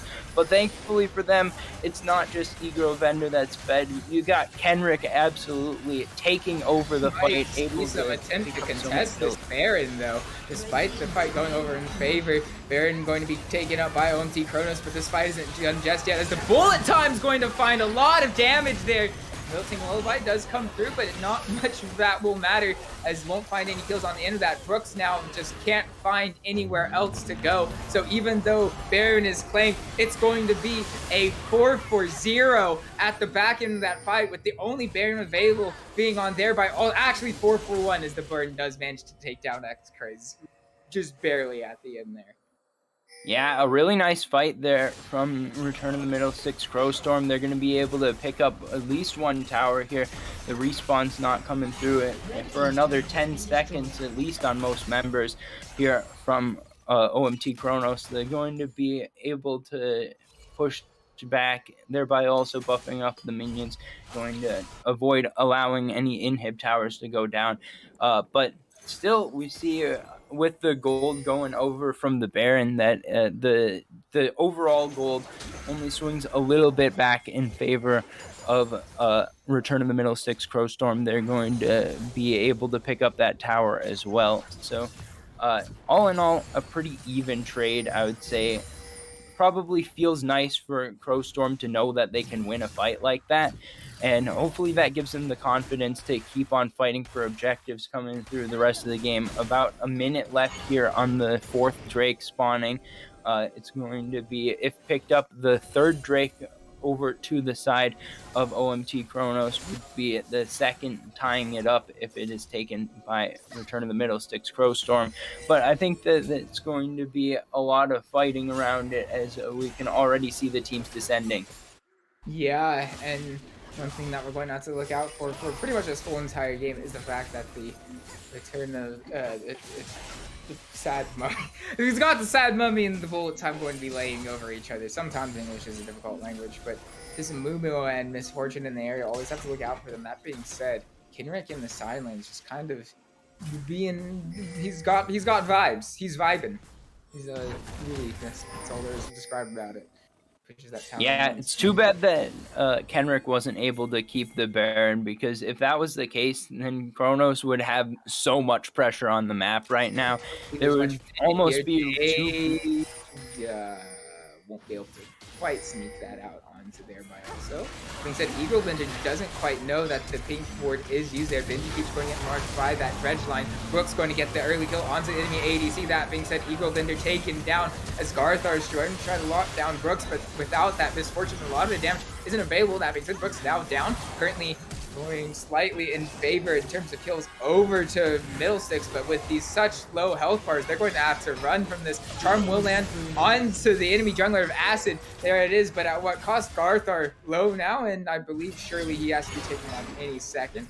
We'll try to find the bandage toss onto Kinrick, but I mean, he's not going to be able to get out of there, as we have a 3-for-3 in that last fight. That being said, might still available for Data. And so with the vision here, they know that they're going to try to maybe at least clear vision on this Drake. I would imagine that they would know that the smite advantage is still over to the side of middle six. I think that fight we saw both sides doing a really good job of picking off the VIP. So we saw Benji Peach get hit by the combo at the beginning of the fight, finished off before he can even unleash the bullet time. But then on the other side of things, Egro Vendor is the first kill that goes in favor of ROTM Crowstorm. They're able to even out the fight after that. Kenrick does some pretty good work here, and looks like that smite was early from Acid. Not being able to quite find it there. That means I'm not sure how much will matter. And there it is. Bullet time then called up. Forge God going to do a bunch of damage. That being said, Kenrick will manage to stay alive there as the will get that lifeline passive, and as a result, going to be able to get out alive with an absolutely massive fight, at least currently going in favor of OMT Chronos. That being said, Benji Peach, so much damage, able to pick up that kill in return and be able to dodge the bowling ball. Won't quite be able to pick up that spare champion. Benji Peach most likely going to be able to walk out of here just now, but at the end of the day, after all is said and done, it is going to be a really decisive fight getting taken by OMT Chronos. Yeah, it's going to be a 4-2. They're going to be able to pick up this tower here as well. They've gotten themselves on Soul Point, and now Chronos is in firm command. They've got the 5,000 gold lead as well. Taking that tower means that they're pushing towards the base at a steady pace. This game already taking longer than the last by about 5 minutes, but Chronos definitely going to be running the map. The Baron comes up here in about 40 seconds. I would expect potential contest there. And this time I would be looking for a little bit more protection of Benji Peach at the start of the fight. Whenever a fight's gone in favor of Crowstorm throughout this game, it's almost always been due to a massive bullet time coming through. So Benji Peach really doing so much work here for the side of Crowstorm. 10-5 on the Jarvan means that Data is definitely not in a bad spot either, but a little bit less in a carry role now after picking that Thornmail up, kind of passing the baton completely over to Benji Peach here. Already has the Eclipse upgraded. We've got to remember Ornn in the game, so that's going to be given even more power over, but now Kenrick going to look for a 1v1. I mean, we're so late on. Vibon, even though being 2 levels down, just kind of going to shrug that off and feel okay about itself. But that being said, that does give us a slight demonstration of just how much power Kenrick currently has on this Aatrox in these side lanes, and without really anybody to easily answer him, I'm going to be able to draw a lot of pressure. As you were saying, with Baron up now, definitely something to look forward to in these next few minutes. Actually, wait, no, hold on. Speaking of these next few minutes, maybe these next few seconds, Benji Peach going to try to find thereby also bandage shots now onto the enemy support. Benji Peach now getting that kill. So quickly, we do have a slight numbers advantage currently in the favor of Middlesex. So they're going to move straight to the Baron. Yeah, I definitely wouldn't be surprised to see Chronos try to fight this. They definitely have a lot of confidence. Ooh, yeah, we got both teleports coming in. Yeah. And as both these teleports do come through, Kenrick still here, called Forge God, now called! Won't be able to get the second portion of that off, so perhaps a slight misplay. That being said, I'm not sure how much it'll matter, as that was a really big bullet time from Benji Peach. I think Kenrick now going to get that extra lifeline passive, though on the Malt now Mortius won't quite be able to find there's Vibod. Just going to get taken down real soon. Just here, that being said, GA pop all the while from Kenrick. Is it enough to keep him alive for a little bit longer? Is his team coming to support? Perhaps it is. Acid, without the wilting lullaby, will be able to still find that kill onto Garathar. And now, as Benji Peach is the last member of his team alive, will try to find the kill onto Brooks there. That being said, how much more can he really get? As that is the triple kill going onto Acid. And once more, here comes thereby also to help take the game. Yeah, and finally the fight concludes. A very drawn-out fight there, and Benji Peach gets a lot of work done with that ultimate, able to finish off the kill on Egro Vendor. I initially thought, that was a very good scatter of the week to avoid Vibran being able to recast Call of the Forge God. but that allows Benji Peach to set up shop, find that bullet time that does so much work, and Data sets it up well with the Cataclysm. Going in a spot where Ego Bender just doesn't have any chance to escape there. And so initially the fight looks very good coming through from Crowstorm, but as it draws out, Kenrick buys so much space, and with the GA there doesn't even fall until very, very late in the fight. And that means that there's plenty of time for Brooks to go pick up that kill onto Vibe, and I believe it was in the mid lane, and able to find the flank. A lot of fight coming through here. Curse of the Sad Mummy going to do quite a bit, and bullet time will be layered there, but also getting taken really low. X-Craze getting that first kill. Data now. That being said, will be going on the back of this fight. Not quite done just yet. Acid trying to fight into. Here comes Kinrick, though. Not quite able to. There goes Garthar. Will get that reset on his ultimate. With these health bars getting very low. Benji Peach also doing his fair share of damage as well. We currently sit at 2 for 2 now. That being said, with the extra positional advantage on the side of OMT Chronos, they're going to look to start up this Drake and potential Soul here, as Kinrick's kind of hiding out of vision. X-Craze going to get knocked up. X-Craze going to be taken down by Ego Bender, and with that, that'll be Ocean Soul going over to OMT Chronos. Yeah, so now these extended fights that we've seen throughout this game, especially in some extent the series, are going to be very much in favor of Chronos. I mean, getting that regen from the Ocean Soul passive is going to be massive as the Siegers come through with the Baron buff as well. They can look to start knocking down some towers. They finally got themselves in order. They've got the priorities around the map to go for the last of these towers. Only 4 towers taken so far by Chronos means that it's been pretty well defended by Crowstorm, but it's just becoming more and more difficult as the game goes on. Now with the Baroned up minions, it's going to be difficult to save this tier 2. They can get everyone rotated over by the time that the wave crashes the tier 3, though, so I wouldn't be surprised to see a fight as Data trying to flank. Yeah, speaking of Data trying to find his way out, but he just might be the one who gets caught out himself, as he now goes down Acid, picking up that first kill to start off this fight, and all the while off the screen, that is going to be Benji Peach going to be taking his life. And so without that extra bit of damage, I don't believe that there'll be too much that Return to the Middle Six can really do here, as it's a really incredible fight won by OMT Chronos with 4 members left on the map. Yeah, and the door's finally gonna slam shut here in game number 2 from Crowstorm. 2 members left on the map don't have any damage amongst them. There's no way that they can kill off the front line. This is going to be a 2-0 in favor of OMT Chronos. They're going to be right on the doorstep of finals now. And great fight. We could hope he's been doing his best to try to send this out as long as possible. That being said, as you were saying, sorry, I got a little bit too hopeful there.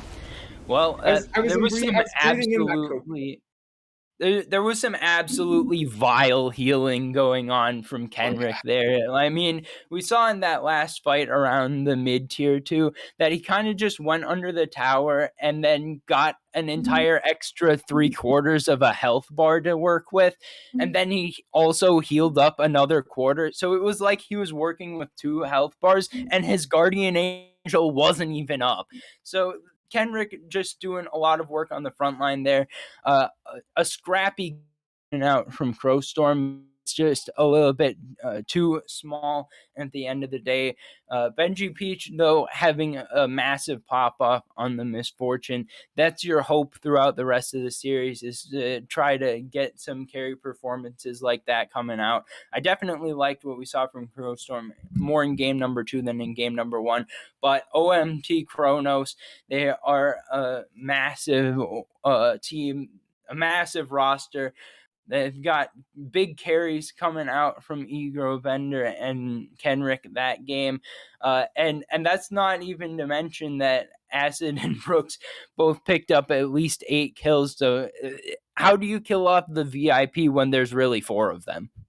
Yeah, really. It was at the end there, the only, really the only member of OMT Chronos that has any sort of, or not OMT Chronos, the only member of middle sticks that was of any importance to OMT Chronos was Benji Peach, and once they're able to focus all that damage onto the enemy AD carry who wants to be able to sit still to do all his damage there, it just in terms of the win conditions for both teams was strongly starting to favor Chronos at the end of that game there. However, I do want to say we had 92 kills in that game.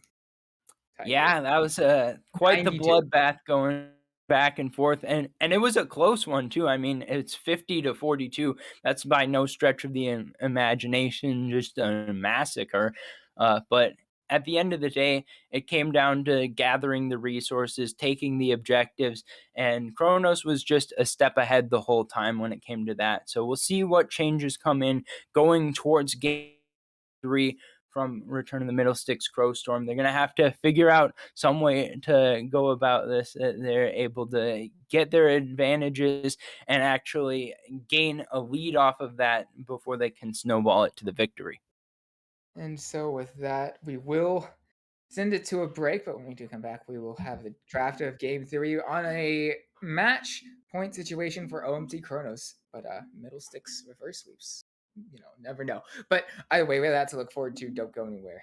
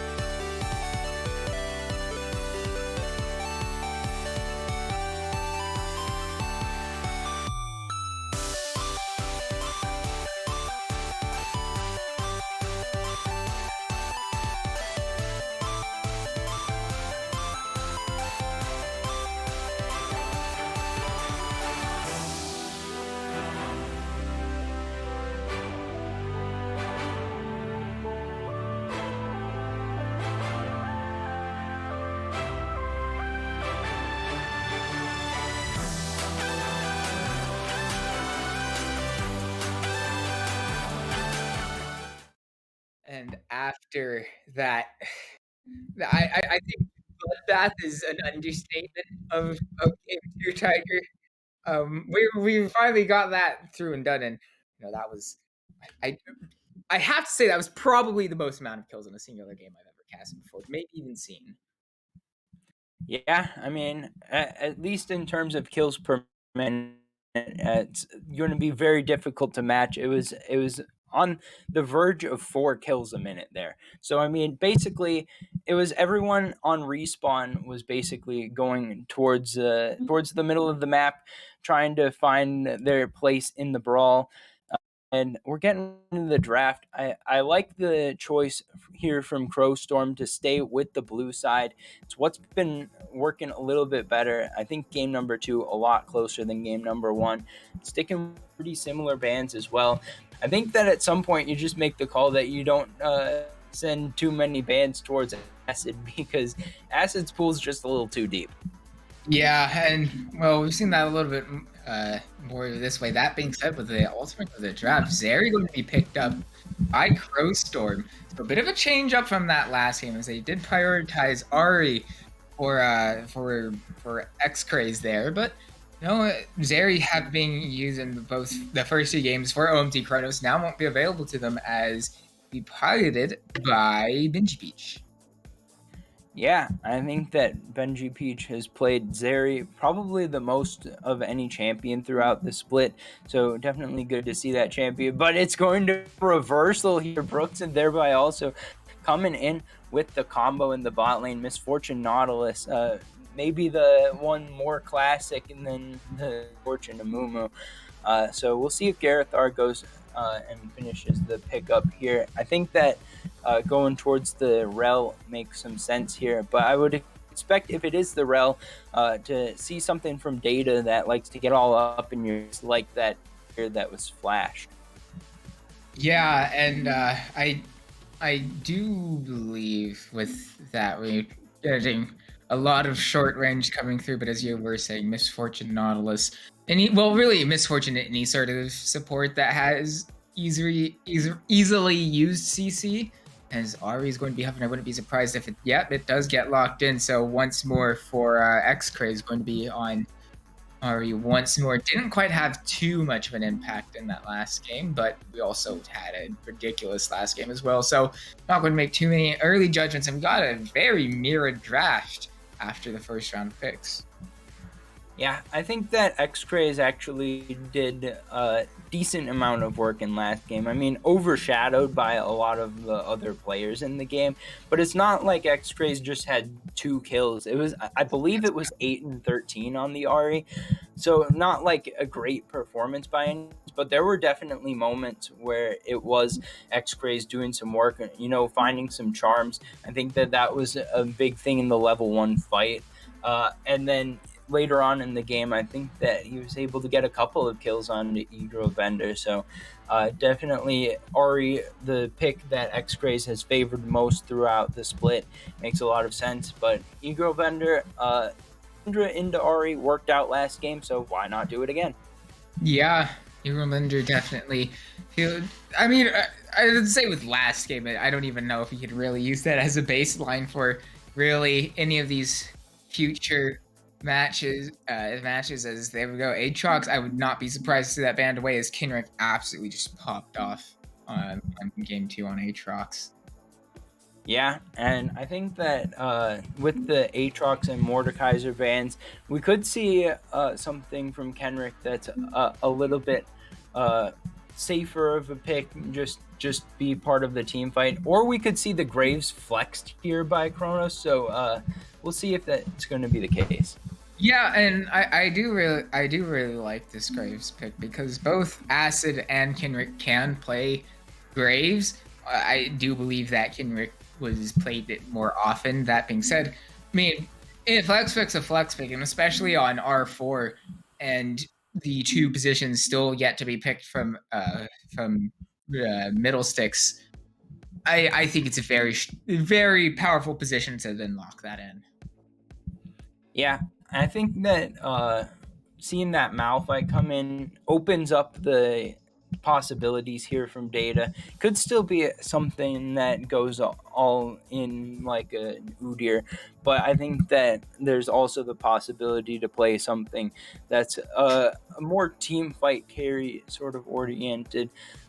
Maybe the Nunu here is going to be the pick, and that's going to be locked in. So once again, big team fight ideas coming out from Crowstorm. A lot of stuff for Garethar's Rel to be working with here between the Malphite and the Nunu. And it's going to be the Cho'Gath, so the Graves is flexed, and Kenrick going to be gobbling up some people in the top lane.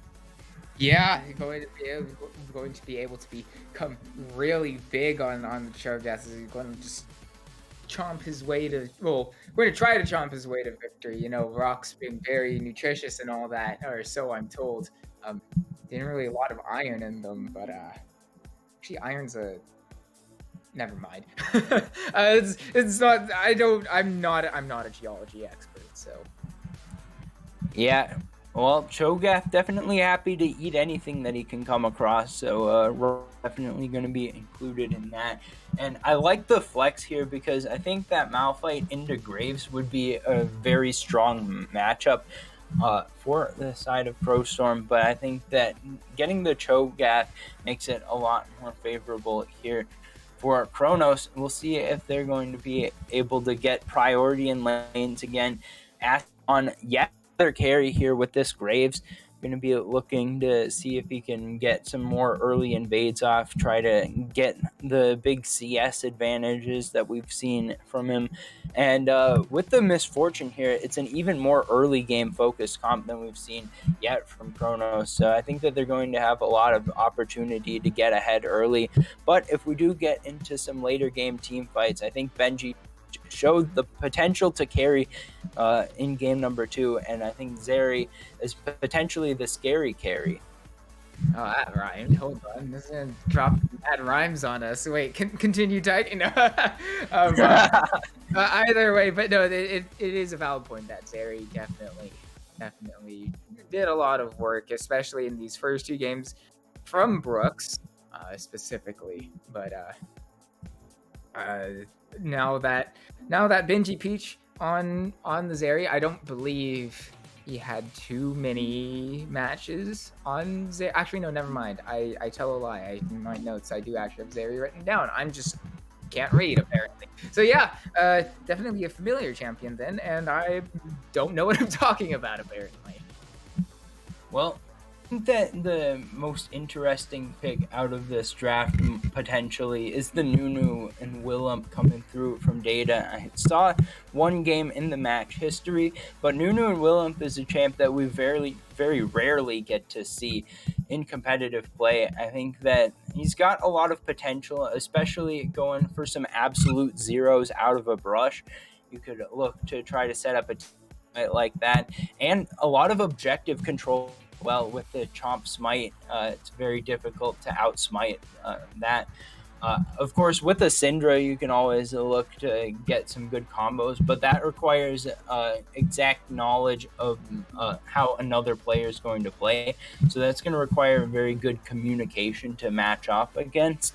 But I think that the Nunu means that it should be a lot objective focus here. Wouldn't be surprised to see some potential Drake stacking coming through.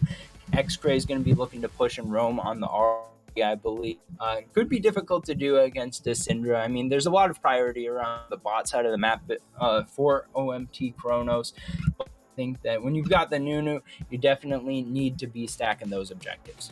Yeah, and you say Nunu, but at the same time, I counter Cho'Gath, and even though won't have that smite, still a lot of true damage coming on some of its neutral objectives. Can't fight that off completely, and I think with how I'm honestly a little bit excited to see if Kinrick does something a little bit crazy with AP Cho'Gath, getting that little extra damage down, because you have a few decent AP items as well that he can pick up, like I believe hold on, what's the name of the burn one that isn't the You're talking about Leandries?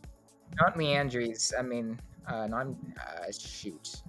I mean, the ones I'm thinking of are Everfrost and Rocket Belt. The ones I'm not. Oh, Rocket Belt could be interesting. I just want to see AP Cho'Gath in general. AP Cho'Gath. All right, we'll see if that comes through. I want to see those big chomps. Yeah, and big chomps coming through and also doing extra damage towards that Malphite, who wants to get some armor because got some armor scaling on the abilities. Definitely something that's going to be useful against Acid and Brooks on the double marksman once again for Chronos, but the lane matchup going to be a lot harder if you stack that armor early and then you're up against an AP lane opponent. So great points there, and we'll see how that plays out. Yeah, we will have to see how that goes. I was about to repeat the exact words you said there, and that's not exactly good practice. Sometimes finding the right words is a little bit difficult, but either way, I won't not to be concerned with that a bit too more. As we do hit the spectator delay, we've got you might want to go and grab some food for this one if you're just tuning in, because we've got 2 big chompy boys in this in game 3 here. Match point OMT Chronos, and when we come back, we'll have loaded on the Rift for what might be the last time this this series.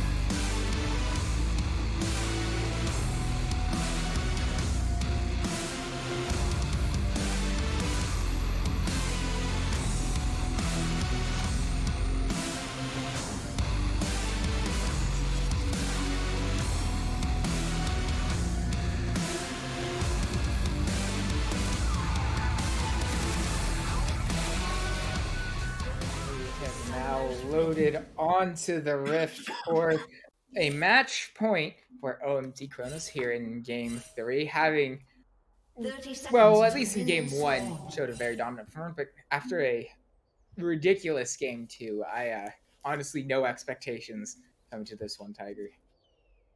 Yeah, well, Chronos has played very well so far this series. Game number 2, a much closer game, and especially with a lot of fighting going on throughout the early to mid game. If we see something similar, though, this time around, I would expect that Chronos would be able to come out on top a lot more often because the picks are a lot more early game focused, especially with Brooks on the misfortune. So I'm expecting to see Crowstorm play it out a little bit more quietly this time around.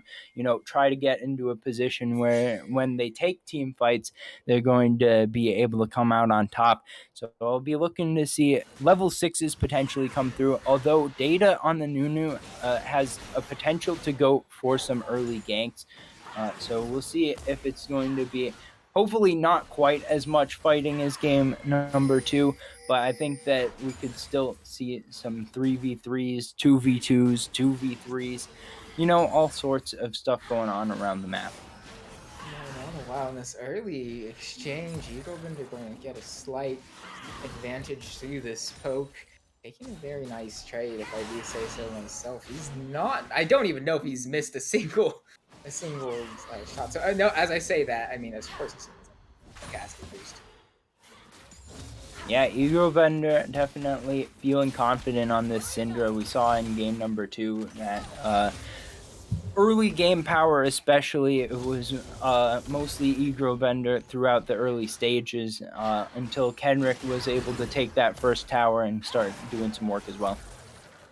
Yeah, and actually, speaking of trades in this mid lane, further Eaglebender once more.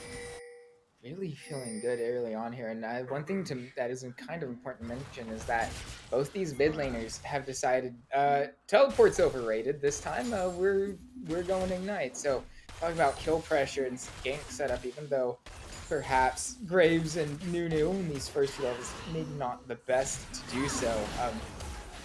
They'll decide to go here, and actually, hold on, X-Cray is going to be taken really low. There it is, one more auto attack is all that's needed as Eaglebender picks up the first blood in the solo kill. Yeah, once again, Eaglebender able to win the 1v1 matchup. This has been somewhat of a theme throughout this series. I mean, Eaglebender has definitely been performing at a top level. X-Craze has had some struggles. There's been good moments, but sometimes it ends up being like that where Eaglebender able to just find the all-in. Then there's nothing you can do about it because the scatter of the weeks have just been absolutely on point throughout this series from Eaglebender.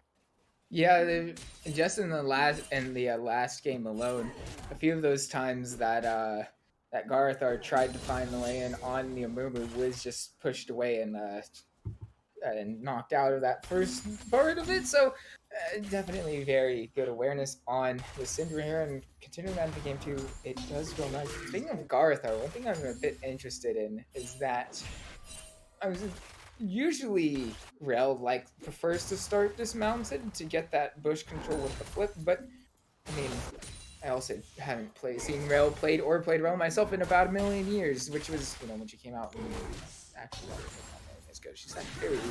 Sometimes forget that champion exists, but regardless, a bit of an interesting decision there as Acid was there in the ball for a little bit though, not going to push that. Yeah, so I think that the important thing to note for Rel as far as laning goes is that if you are dismounted, then you're better at counter engage, because then if thereby also it lands a hook, then Garethart can just remount and find the knockup immediately. It comes out a lot faster, but there's a lot more range and AoE that comes through from the crash down. So if you're looking to go on the offensive, then you want to be in the mounted form so that you can go for that crash down, go for knockup on multiple members, and try to get all that AoE setup coming through. Eaglebender just hit level 6, so hold on, we'll have enough damage to get yet another solo kill onto X-Craze. So very sudden, but one thing that I was just, yeah, I'm sorry to cut you off there, but yeah, level 6, massive power spike for Syndra, and perhaps a bit unaware was X-Craze, and so even without using Flash, will be taken down in that 1v1 once more. Yeah, and this is starting to become a problem. I mean, you can't just let yourself get solo killed like that and then expect to go even throughout the lane. If we check individual gold, it's already a 900 gold lead in favor of Eaglebender, and we're not even 6 minutes into the game. So around the rest of the map, it's pretty even. But if this mid lane continues to go like this, if Eaglebender picked up even one more solo kill, then this could just get very easily out of hand. I mean, there's once again a lot of tanks on the side of Return of the Middle Sticks Crowstorm, so there's some solace in that where you're not going to probably have most of your members get one shot, but if you get your carries one shot, then it becomes that much more difficult to do damage. So Eaglebender once again going for this early game carry potential, maybe going to be able to hand it off in the mid game once again to one of the carries from a different lane. Even Acid going to be in a nice position this time around to carry on that Graves. So really a lot of different options here for OMT Chronos. Yeah, and especially with the Graves having that reverse damage profile between him and Eagle Bender, and especially with how on point Eagle Bender has been with landing these stuns, can definitely be very impactful in that 2v2, as once more will take a decent chunk of health off of X-Craze. All the while, speaking of Acid, the priority in the bot lane that we did kind of expect to happen will mean that First Drake will be going up to the side of OMT Chronos. More than likely going up to OMT Chronos. Yeah, I mean, Data's kind of in the area, but not going to flash over the wall for that with no vision, so should be cleaned up here by Acid. Hold on, X-Craze taken down in the solo kill once more. And out of the blue, maybe perhaps thought that Data would be able to get there quickly enough to have a gank there, but all that burst. And yeah, the Eagle Linder's going slowly starting to become of what was a slight problem into a very, very massive problem. Yeah, and we're seeing a little bit too much familiarity here after game one as well, when similarly from the side of Crowstorm with being behind in the early game. So maybe that familiarity helps them adapt throughout the mid game, see what they want to change to try to get themselves in a better position to win. But just being down early always gives some problems where you're going to have a harder time collecting resources. Acid coming in here and stealing some enemy jungle camps, and it's hard to do anything about that when you're this far behind, especially when it's just one carry that's doing so much work. I mean, that gold lead that I talked about has already gotten past 1,000 now. And now the outside lanes of the map are going to start to feel the effects from this, because X-Craze is going to be locked down in mid lane, not going to be able to rotate very quickly at all. So that means that you're not able to get any of the nice things that you would expect from Ahri in an early game, where you can try to get some extra follow-up. The Spirit Rush gives the extra mobility to walk out to a side lane, but you can't do anything about the side lane if you can't do anything about your own lane. Yeah, and as you were saying, especially because Ari does definitely want to help out her two side lanes a bit more. This time around, you'd expect that to be more towards the bottom lane, as we get to see a nice little noodle fight in this in between Kinrick and Viban. Unfortunately, it's not looking like Kinrick's going to be picking up that AP Cho'Gath. And I give off a little sad cry, but here comes Thereby also, and that's going to be one more kill. Actually going to be picking up that one. Is the support now is shaded at the top lane. Acid trying to find yet another kill, so 2 kills, not quite with the flash from Viban. Going to keep him alive there, but across the map, it's just once more complete dominance from OMT Chronos. Yeah, they're beginning to be suffocating in a way that makes it difficult even to farm properly, for especially for X-Craze, but in general for the entirety of Return of the Middlesticks Crowstorm. They're going to need to rotate their supports around. They're going to need to get everyone in line to make sure that when they go for things, even on their own side of the map, that they don't just get picked off and killed, because we've seen Acid invading. We've seen Thereby also rotating. They're going to pick up the Rift Herald here, and they're going to start rotating towards getting some more plates, extending this gold advantage. And not much that can be done about it right now from Crowstorm. And I appreciate this safe pathing from Thereby also. Oh wait, speaking of, you say safe pathing, but here comes Garthar, living dangerously here. As he probably knows he doesn't have much damage available. Eagle Bender really just being tickled by X-Craze there. Now here's Brooks. Garthar trying to find his chance to get away. Bullet Time going to do quite a bit of work there early on, but is it enough? Will find a bit of damage there, but now there goes down the enemy ADC. Brooks as well as Thereby also killed off early on. I believe that was Data being able to smite that blue buff away, and it is, as I don't see Acid having that available to him. So really, a good fight for Return of the Middlesticks, despite their massive disadvantage.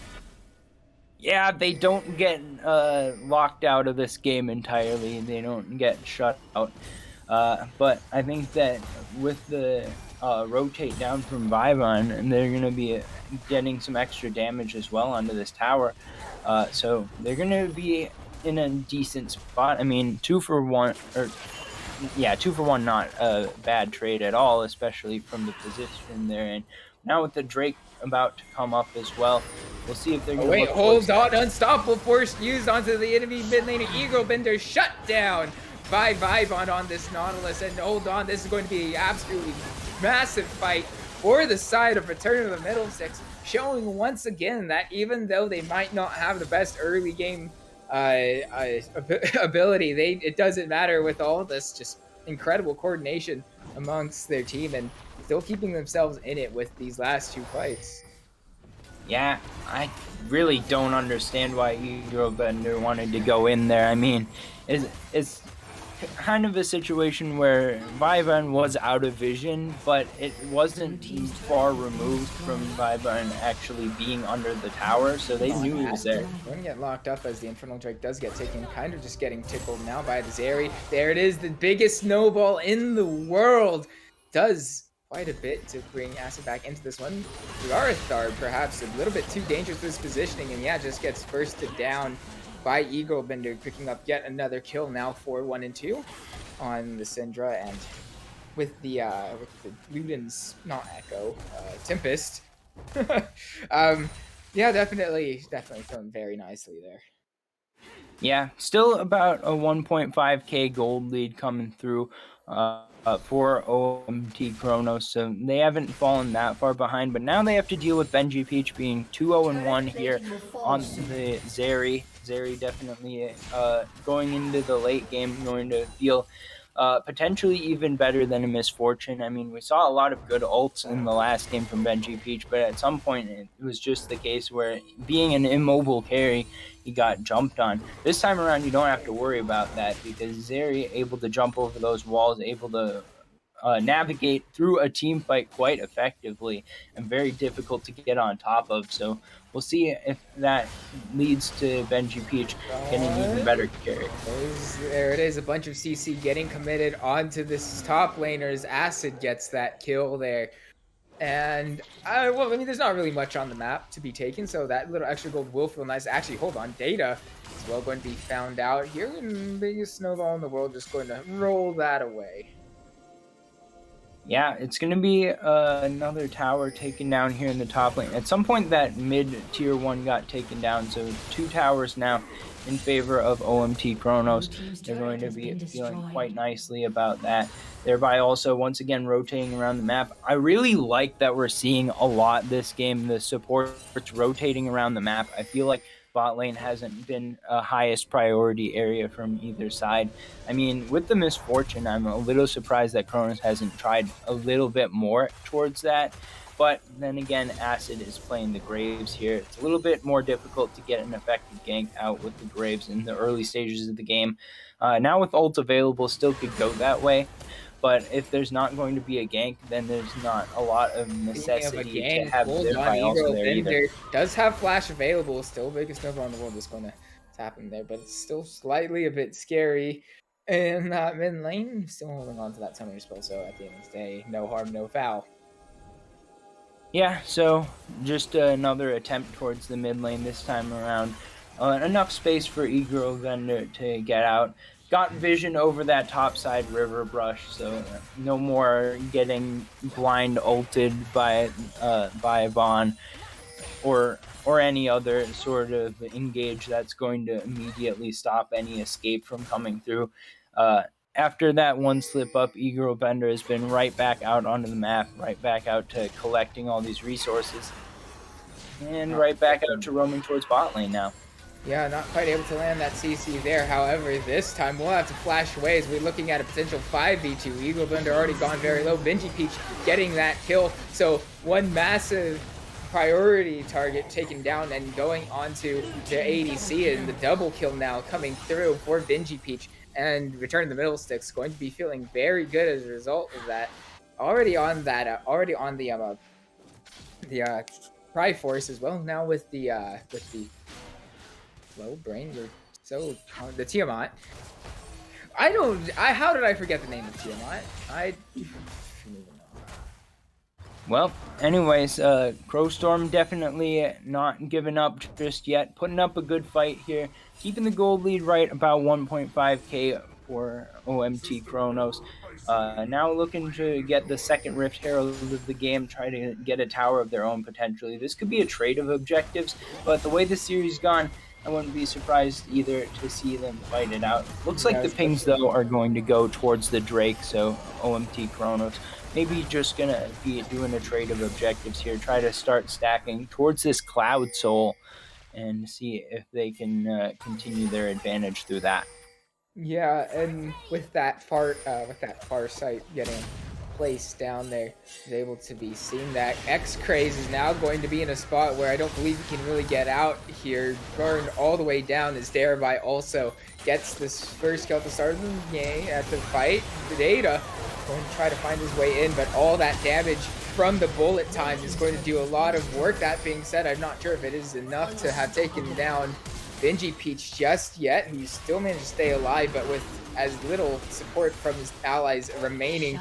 There it is, the chomp shut down going on to Kinrick once he finally got into range there as the kiting was coming through. Flash for him, Acid trying to find the kill on Vibon. We'll get the slow from the red buff, and without the blast cone there, it'd be a little bit difficult for Acid to try to find the kill on Vibon. Collateral damage expended, but won't see where he went and won't be able to quite get that there in time.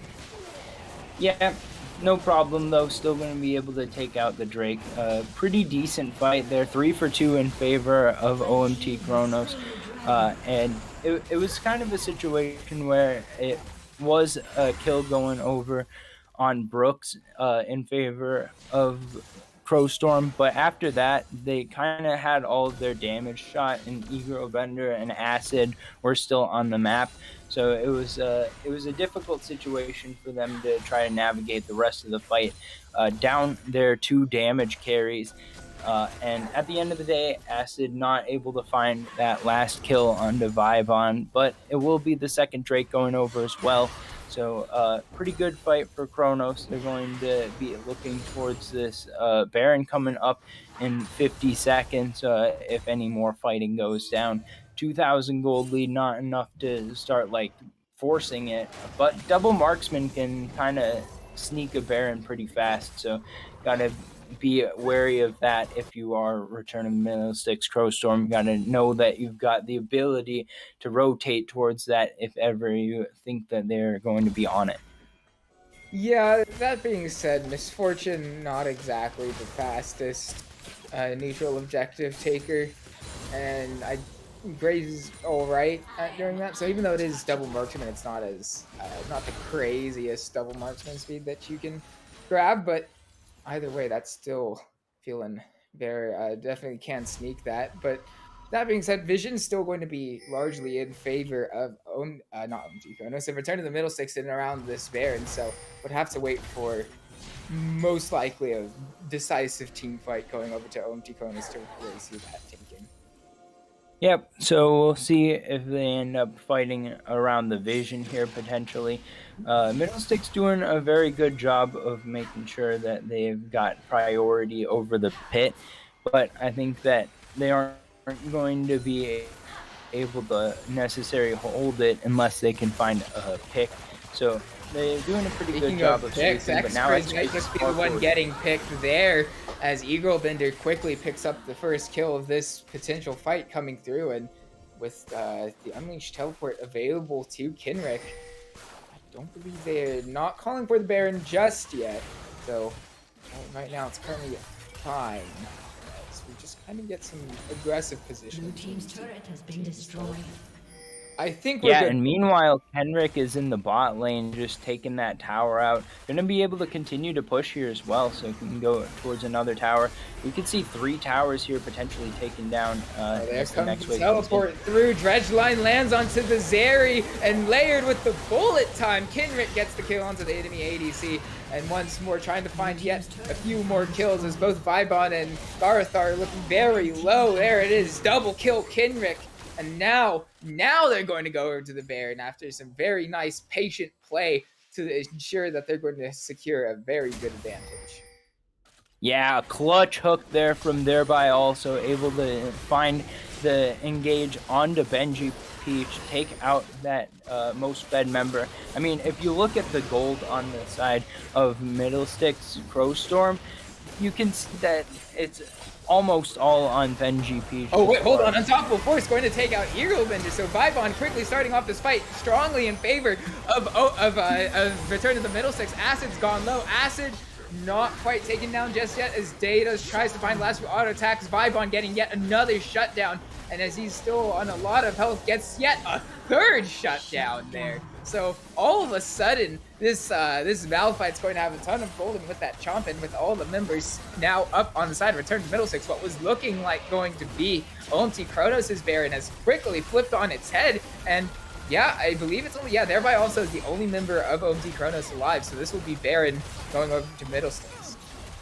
Yeah, Egro Vendor going to be punished once again for some questionable positioning. Egro Vendor's felt very confident throughout this series and tried to go for a lot of plays that many of them have worked. But with that positioning so far forward, just able to be ulted by a Vibon and immediately burst down. And we'll counterplay for that. So Egro Vendor getting picked off. And then Data shows and throws down the absolute zero right in the middle of everyone. Just about as good off as you can hope for as a Nunu. 2-1-8 now, feeling very good about the spot in this game. Now Thereby also looking for a pick. X-Cray is going to be targeted, and without much of his team close by. Hold on, Ego Bender, a bit disrespectful with the positioning once more. Will be taken down before X-Cray can even be killed, and so currently in up to 5v4. There goes Kinrick getting the kill onto Data, but not enough damage to find the rest onto Benji Peach. And speaking of Benji Peach, still full health. Brooks trying to get away, not able to. Vibon getting that kill, and with all these members still alive on the side of Return to the Middlesticks Crowstorm, it is an absolute dominant fight here for the well, at least this Middlesticks team, in the 5-4-1 even. Only losing that one, only losing Data in that fight. Yeah, and finally Crowstorm in the lead for the first time of any game this series, and picking up that Drake means that we've evened out. I think that the position here is very strong for Crowstorm. I mean, Benji Peach now 7-2-5, going to be scaling up nicely into the late game. And I think that on the side of OMT Chronos, they need to reset themselves mentally. They've put themselves in a rough spot, and now they've got to work their way out from behind for the first time. So we'll see how they play it out, given that they've fallen behind here. And they have had a couple rough fights in a row, so they're going to have to switch up their tactics. Yeah, you go into the positioning. Is how I've described the positioning in these last two fights. Definitely giving over a few kills that probably shouldn't have been, since he is pretty much the most fed member on his team with all that damage coming through. Without Eagle Bender being available for the rest of these fights, it's definitely not the ideal situation you want to be in if you're out in Chronos still. And as you said, now for the first time this series, the goal advantage is onto OMT Chronos. However, X-Craze will get hit by the dredge line there. We'll be able to escape for a bit now. Acid. There goes Garthar, thereby also getting taken down by his enemy support. And that is a very decisive engage from Garthar. Gets that first kill, though I don't believe they'll be able to take much more without any neutral objectives on the mat. It'll be gold. It'll be more gold into their pockets. Yeah, I think that picking X-Craze has proven to not be a worthwhile endeavor at this point. I think that it's very difficult to get on top of someone with Spirit Rush. And we were talking about in the last fight where X-Craze didn't have teammates close by. Well, teammates are a lot closer by if you can Spirit Rush towards them 3 times. So getting a lot of value there out of the Ari pick. Now we're seeing why it's been so heavily favored throughout the season for Return of the Middlesticks and X-Craze. A very difficult and slippery champion to take down at this stage of the game. I think that throughout the rest of the game, hopefully thereby also will be able to get onto a member that's a little bit easier to follow up on, a little bit easier for the team to get in range of. But X-Grays, a lot of credit there for getting out, and then Garethar able to find the counter engage in perfect timing. Thereby also falls. And once again, we have a fight that goes favorably for Return of the Middle Sticks Crowstorm.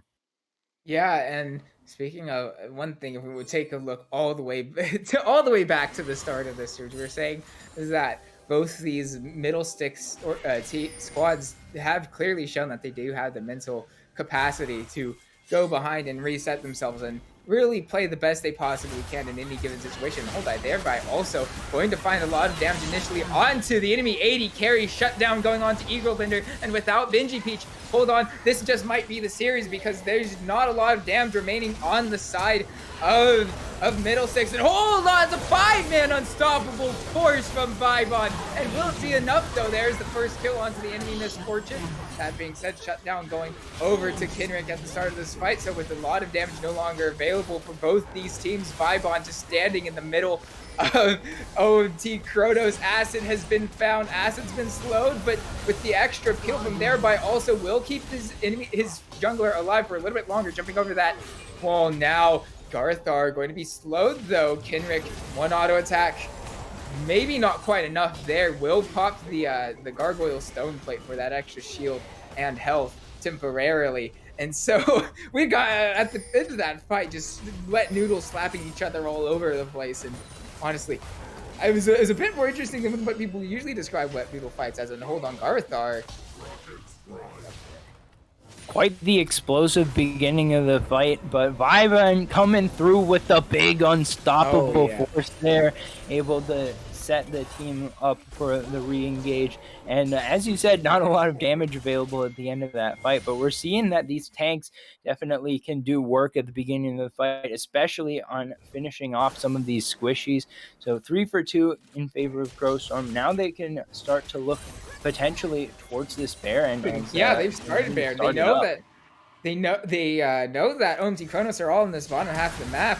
So even though they have vision there, hold on, that's going to be X-Craze in a really position that he's really not supposed to be in there.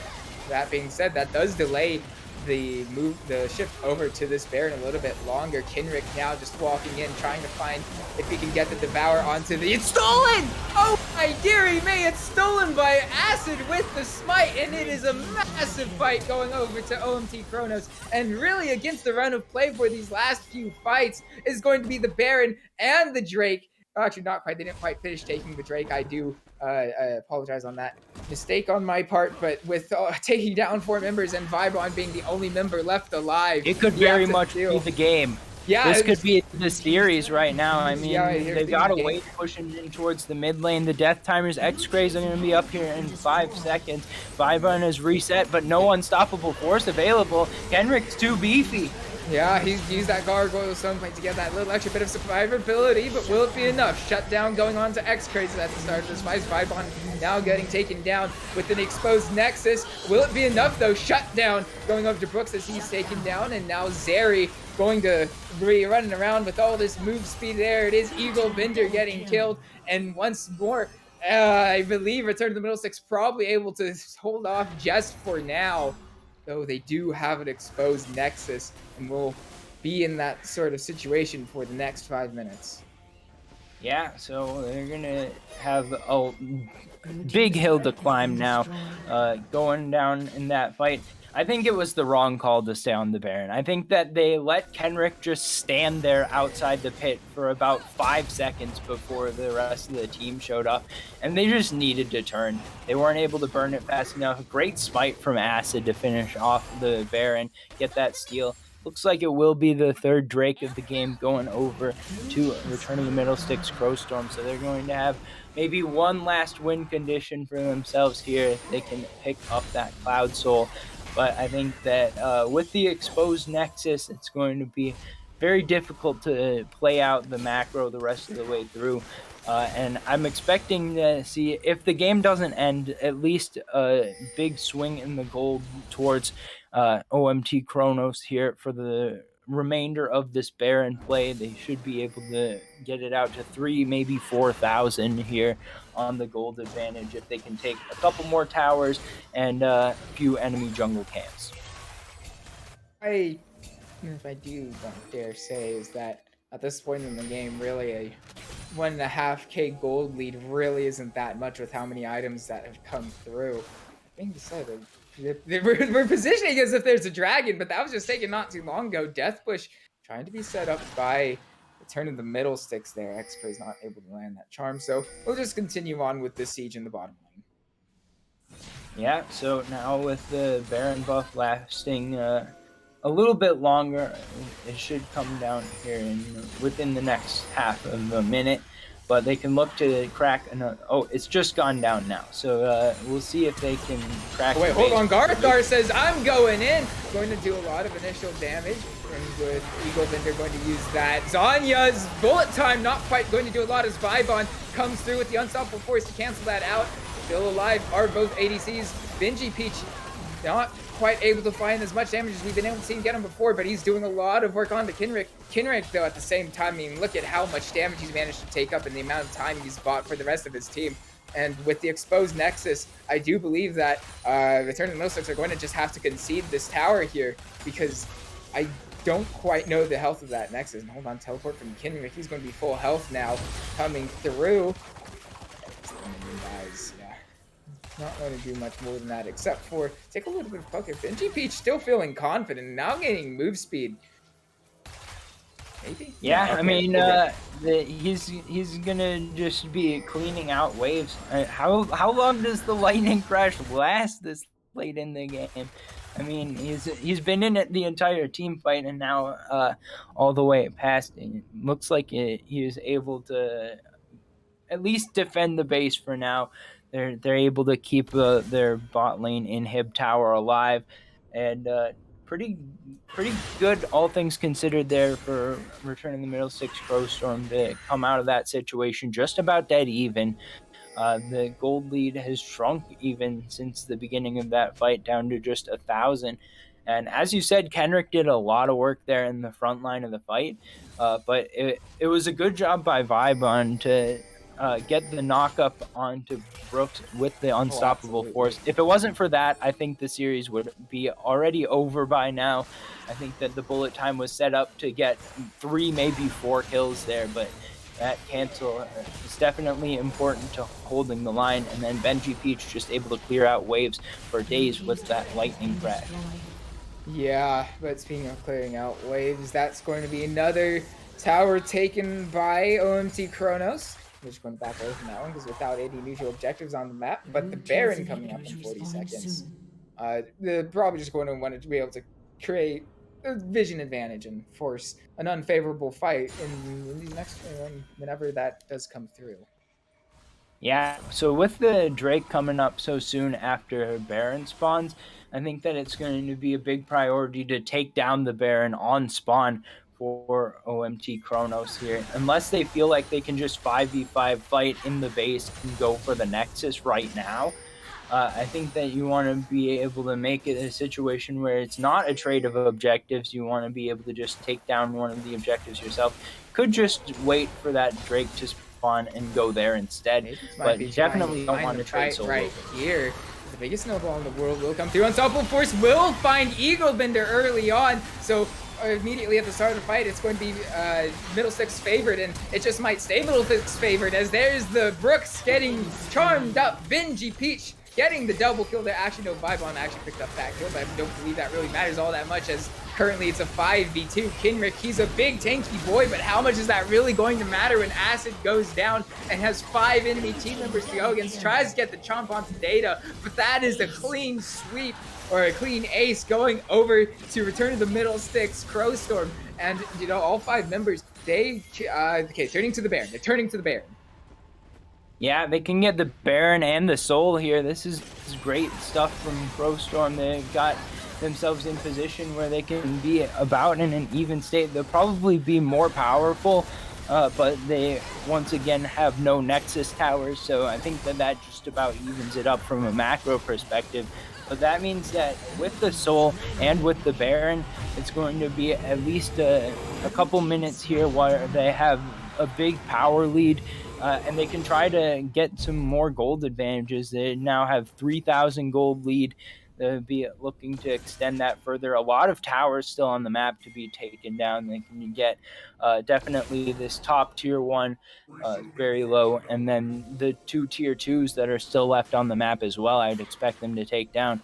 So they are going to be, at least for a little while, in a position where they're going to have the gold advantage and be able to utilize that. But we're starting to get closer and closer to a situation where we're going to have some full builds from these carries. We can already see Eagle Bender on 4 items plus boots completed. And I There think it that is. once we get, Yeah, yeah. that's LDR picked up. So you're speaking of full build. I just wanted to throw that out there. But yeah, go on. So, Sorry. so with that in mind, this is going to be the strongest point that's ever going to happen the rest of the game for Return of the Middle Sticks. So they need to get some work done now to make sure that they can hold on to what advantages that they have. I mean, that was a big fight coming through, but they're going to need 1 to 2 more huge fights like that to go their way. And if Oh wait, either of hold them, on. They're or any of also them go going to wrong, find Viban. Probably not the target you want to be throwing out the hook onto there. And rightfully so, back away. Still, kind of see someone getting locked up. But yeah, no, back over you, Toby. Go ahead. yeah, I mean, as far as finding a pick on the Viban goes, if you Oh can wait, take hold him on. out, Speaking of Viban, going to use that top force quickly, gets a kill onto the mini guys. 2 immediately going down on the side of OMT. Brooks Chronos and for early Eagle advantage. Bender's still alive. Yeah, they are, but Eagle Blender's getting barely low, uses the stopwatch, and there it is, 4 kills already, going over to Return of the Middlesex Crowstorm, and they get yet another clean ace to take game 3. And as we were saying, Middlesex reverse sweep. One foot in the grave, but take it back out, because it's going to be Crowstorm taking game number 3. They're going to be looking to set themselves up on position en route to potential reverse sweep. They're going to need to come up with a few more clutch performances, but they're able to hold the line at the Nexus and turn it back around here in game number 3 and get us to game number 4, give themselves a chance in this series. And well played there, especially by Vive on finding some huge unstoppable forces to help the team come out on top. And now we've got ourselves a game number 4. So the series right back up in the air, could go either way, and we'll see who's going to be able to take it down.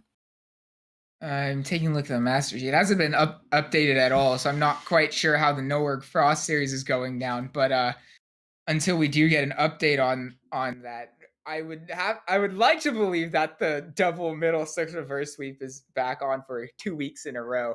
But until we figure that one out, can't really confirm that. But as we have concluded game 3, we will send it to a break as we get ready for once more a game 4 for Return of the Middlesex Crowstorm. Don't go anywhere.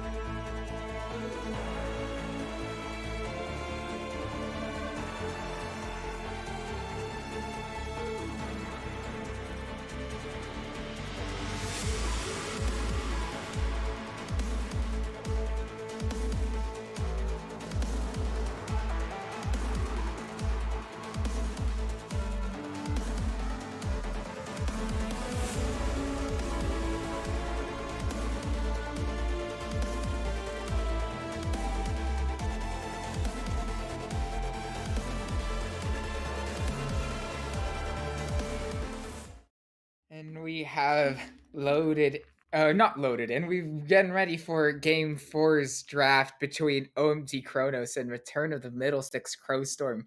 And unfortunately, in the or I guess it's slightly biased to say unfortunately, but speaking of Middlesticks, there's the raid as they got swept. The Darkwind got swept in their other series. However, so even though the double Middlesticks reverse sweep not quite on the cards, is we've still continuing going on in this series, and after what was a relatively cleanly played Crowstorm matchup in game 1, or not game 1, in game 3, we still have a bit of reverse sweep on the cards here in this series, Tiger. Yeah, and I think that the Zeri priority is going to go up after that game 3. It's going to be OMT Chronos with the side select from here on out. Should they lose game 4, they would have it again for game 5. And with returning to blue side, they're going to be able to pick up that Zeri. Yeah, and I mean, are you surprised, really? I'm not at all. No, I'm not surprised. I think that seeing this Ari come back would make some sense. I think X-Craze showed in that last game. The escapability factor is something that you can't ignore on the Ari, and definitely a big comfort pick coming through. Gonna be interesting to see if it's the Amumu or Nautilus, but Garethar definitely liking those engage supports, so no surprise there. Gonna just pick that one up so that they can maybe get some more counter picks later on. I think that with the Leona coming through here, this is going to be a situation where we could just get back to the misfortune on the other side, but it didn't work out in either of the previous games that it was played, so maybe it's going to be switched up instead to something that can match the scaling potentially. Yeah, and with that being taken away, we'll see Jinx getting hovered by Crowstorm, looking to potentially take that away. And you're talking about scaling Jinx Zeri, two of the best ADCs currently, in the case of Jinx, really this whole year so far.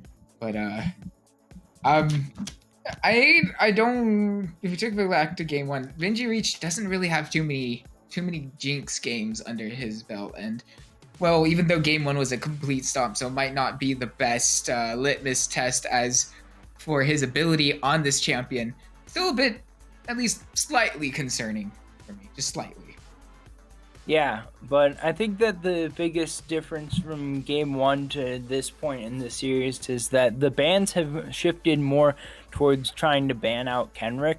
And I think that while he played out the Cho'Gath to a pretty successful degree last game, that I think that having him on a pick that can carry a bruiser style pick is something that's been important throughout games 1 and 2. Get some extra threats that you have to deal with if you are Return of the Middlesticks Crowstorm.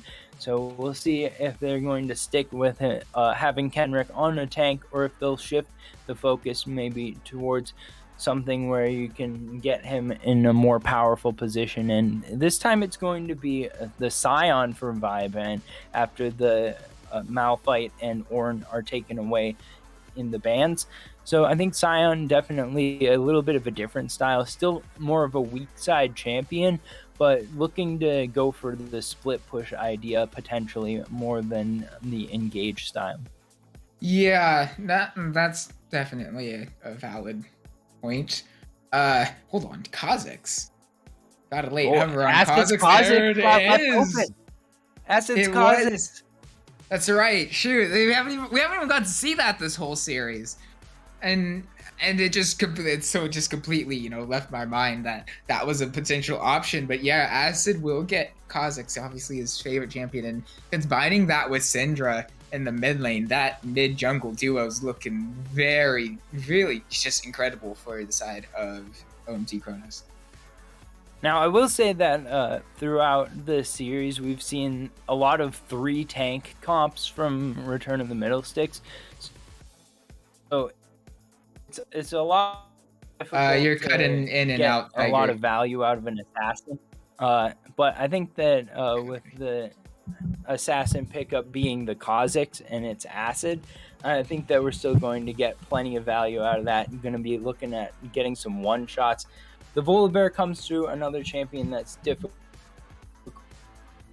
to, but I think that acid being on the Kha'Zix, it's going to be a big opportunity to see just how powerful he is on the bug.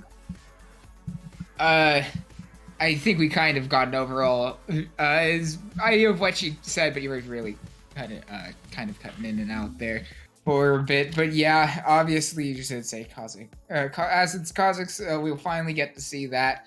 Maybe a little bit of a difficult composition to be played into. I also think with the Jinx getting locked in, one thing that I may have also liked to seeing throughout this game is that Vibon, usually we think these weak side top laners plays a lot of these tanks, but Karma was available and does have quite a few games under his belt on the Karma. That being said, that Smite Karma top was a thing. Shoot. That's probably why he had games on Karma. I just thought of that myself. Never mind. But yeah, still overall, Sion, fairly interesting change up, even though not in terms of style anyway. Yeah, I think that Sion makes a decent amount of sense given the bans onto Malphite and Ornn. Going to just be a solid champion in lane that's going to be difficult to pick on and try to get some extra pressure on the map for taking some of those towers, which is something that was a difficulty even in the last game from Crowstorm. They were able to overcome it because they got into that late game. We saw the big carry pants put on with the Malphite pick, but since the Malphite not available this time around, I think just having the Sion there in that side lane going to be doing some decent work.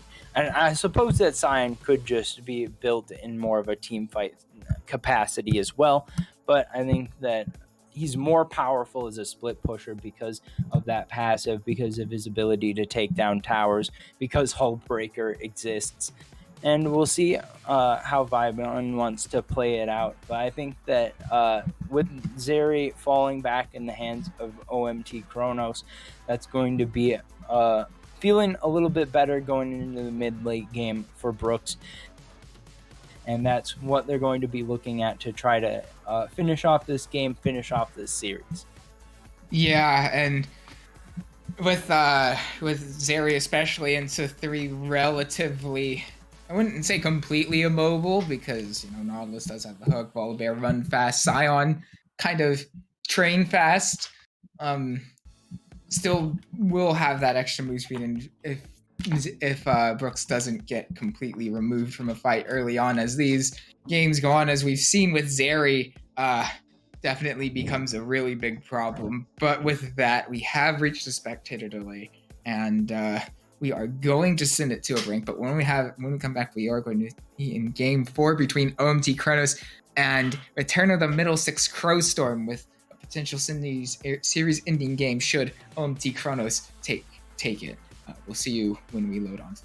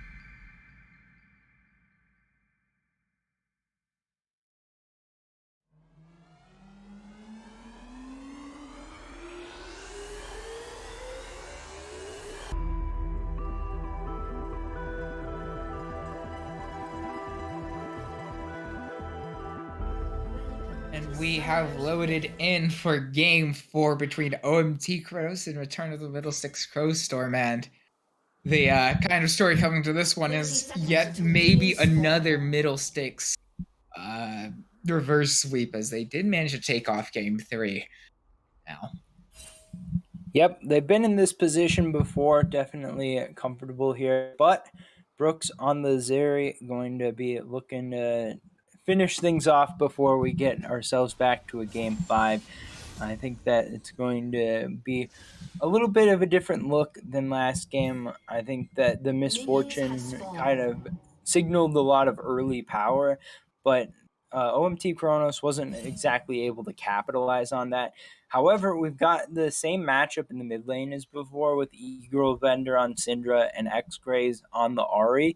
And that led to 3 solo kills last game. So we'll see if X-Grays plays this out a little bit more cautiously this time around. I do like the Volibear pickup for Data. I think that we've been seeing tanks from Data all the series long, but Volibear is a frontliner that has a lot more potential to carry. So, given the fact that Data has been one of the big carries for the side of Return of the Middlesticks Crowstorm throughout their run, I think that he's going to get an opportunity here to show off why that is. yeah, and being able to shut off turrets, making Ohm Wrecker an ability, it's no longer an item. Definitely going to feel good once they come to level 6. Going to be able to potentially even run down Brooks should the right angle appear. But either way, we're going to, one thing with the junglers is that Acid's Kha'Zix. You there? Oh. Definitely no Kha'Zix. See if he's able to play it and get some kills early on. I think that the scaling this time around isn't going to be super favorable. I mean, there's still going to be some big carries. I mean, getting a pick onto Benji Peach is going to be absolutely massive in the late game, so still a lot of use for the Kha'Zix, even if it does get to the later stages of the game. But with such a big, it could be difficult to play out if you don't get a good flank off. So Acid going to have a high execution here on the Kha'Zix. We'll see if he can get it. Well, as you were talking about there, speaking about potentially getting it done, through these few exchanges in the top lane between Vibon and Kinrick have been slightly favored towards, hold on, speaking of getting it done and Acid maybe not being able to, First Blood will go over to X-Craze really early on in the 2v2, the jungle mid duo. Yeah, that's an absolutely fantastic ward there on the other side of the wall from the river, and that means Data knows exactly what's up. Acid not able to jump far enough to get away, and that means First Blood this time around going towards Return of the Middlesticks Crowstorm. Yeah, definitely. I believe that's actually the first time we've seen that this series. I don't think Crowstorm have even managed to get a First Blood up until now, and we saw how when they did finally get a gold lead for the first time in the series last time out, that I mean, they definitely don't have a burden, or they are better at executing later as the game goes on. However, Vibon's looking low. Kinrick doesn't have too much mana left though. Will manage to get that first auto attack off, and there it is. Kinrick will get the kill onto Vibon in that gank, but meanwhile on the bot lane, Data knows that thereby also is going to try to go in. Benji Peach taken low and not quite able to get the slow onto thereby also there. So not quite going to be able to pick up that kill, but so a slight advantage coming over to OMT Chronos after that fight. Yeah, slight amendment to something you said. Game 2, First Blood did go over to Return of the Middlesticks Crowstorm. We had that big fight, if you remember. They had a 5v5 at level 1, and it went in favor of OMT Chronos. But the first kill of that fight, I do believe, went in favor of that's right, it was. Crowstorm. Yeah, no, absolutely. Game 2. That's right. But, my bad. Whatever the case, definitely a situation here where it's more early gold going on. Hold on, wait, Eagle Bender, is he going to get yet another solo kill here? X-Cray's gone very low. Will be able to use the fancy feet there, but it won't be enough. You can't dodge auto attacks as Eagle Bender picks up yet another kill, solo kill in this mid lane. How many times have we said that tonight? Oh, well, let me count. I think that it's got to be around 8 or 9. But quite a bit, it's been an absolutely fantastic performance from Eagle Bender in lane.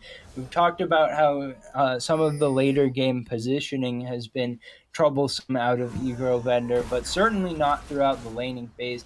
Definitely making use out of Syndra's early power here. But this time, I think that having that early power on the Syndra is going to translate towards being able to pass it off to some more powerful carries in Acid's Kha'Zix and Brooks's Zeri. So we'll see if that's going to actually pan out for them. But I think that just getting these early kills for Eagle Bender is always something that you look at as a positive, and we'll see if he can keep it up going into the mid game. Yeah, definitely not the cleanest last time around as the game went on, but we will expect these 1v1s have just really, I mean, Eagle Bender's just been dominant in these exchanges. I mean, already taking X-Craze down to half health, and now at level 6, will use the Unleashed Power, and I do believe that was the, what is the small room that gives you the oh, hold on, wait, we were straight up to the bot lane, thereby also going to get launched by the hook. So I believe that's going to be bot lane now. But with Drag coming up, that'll be first Drake. Most likely going over to the Crowstorm. Rain, hello. Yeah, it looks like it may be traded. It's still 40 seconds until it's going to be Rift Herald spawning, but Acid always looking for those always looking to get extra camps off the map and be able to down the red buff here. We'll see if he goes towards any ganks. Potentially on the mid lane, X-Craze pretty low, no ult, no flash. Yeah, and without those tools available, being able to take a few of those camps now might look to just accelerate a bit more. And I don't believe there's a lot of respect from Acid. Does get that kill on the gank. I'm not sure if Eagle Bender actually got the assist there with how long it was in between the damage being taken. But either way, once more, X-Craze going down in these fights, and it's something that we've seen happen just a bit too often so far this series. Yeah, Data nearby the Wait, hold on, thereby also looking to try to find his way onto Benji Peach. Flashing away now is the ADC of Crowstorm. Garthar getting very low, but here comes Data, and without those extra bits of damage coming through, oh wait, thereby also will get the kill in return onto Benji Peach. So without a way out there, probably the best he can to get as much back towards his side, but still really good gank from Data. Yeah, a good right place at the right time, really, and able to pick up that kill. Brooks hit level 6, but wasn't able to channel the lightning crash before he went down. So good gank coming through from Data. They're probably also able to pick up the kill on the back end, though, on the Benji Peach. So it's not going to be a lot gained other than just that extra 300 gold going over to the jungler of Return of the Middlesticks Crowstorm. Data going to be feeling pretty solid, 2-0-1 on the Volibear. Should be looking for some more ganks coming up, I would have to think. Garethar now on the roam as well, so maybe looking towards this Rift Herald.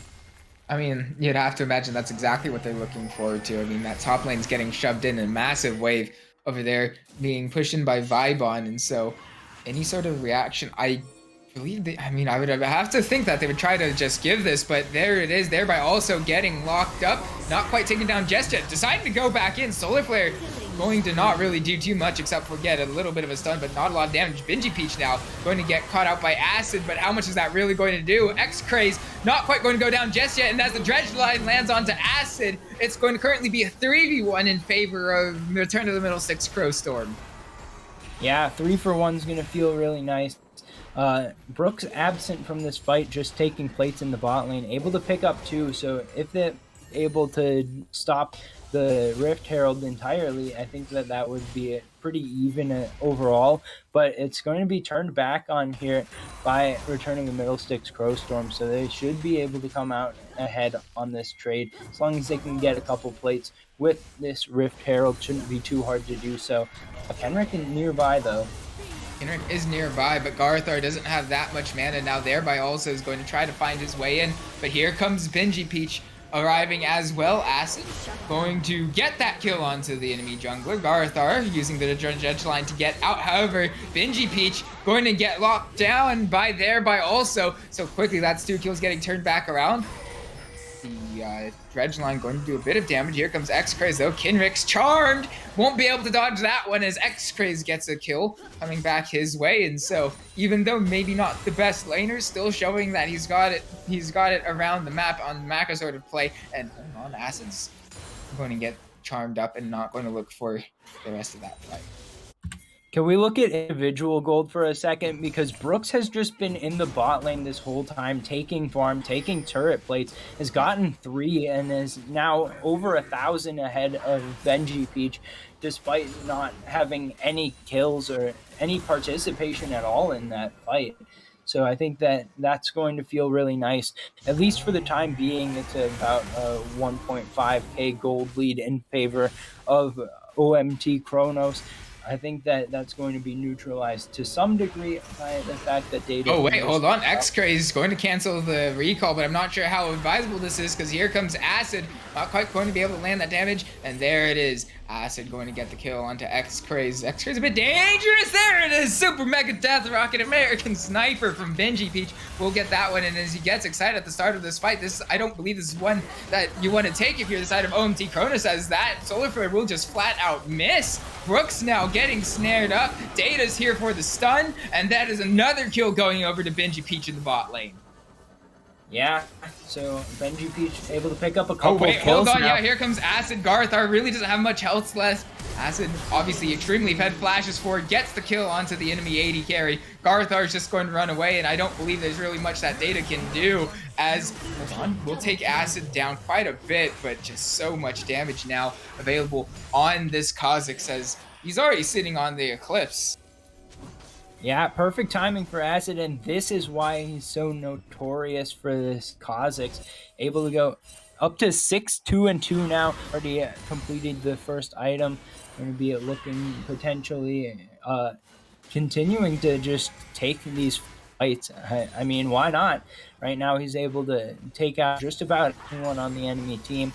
And he's not being stopped from doing so. So Acid definitely in a very strong spot right now. Could look towards this Drake pretty soon.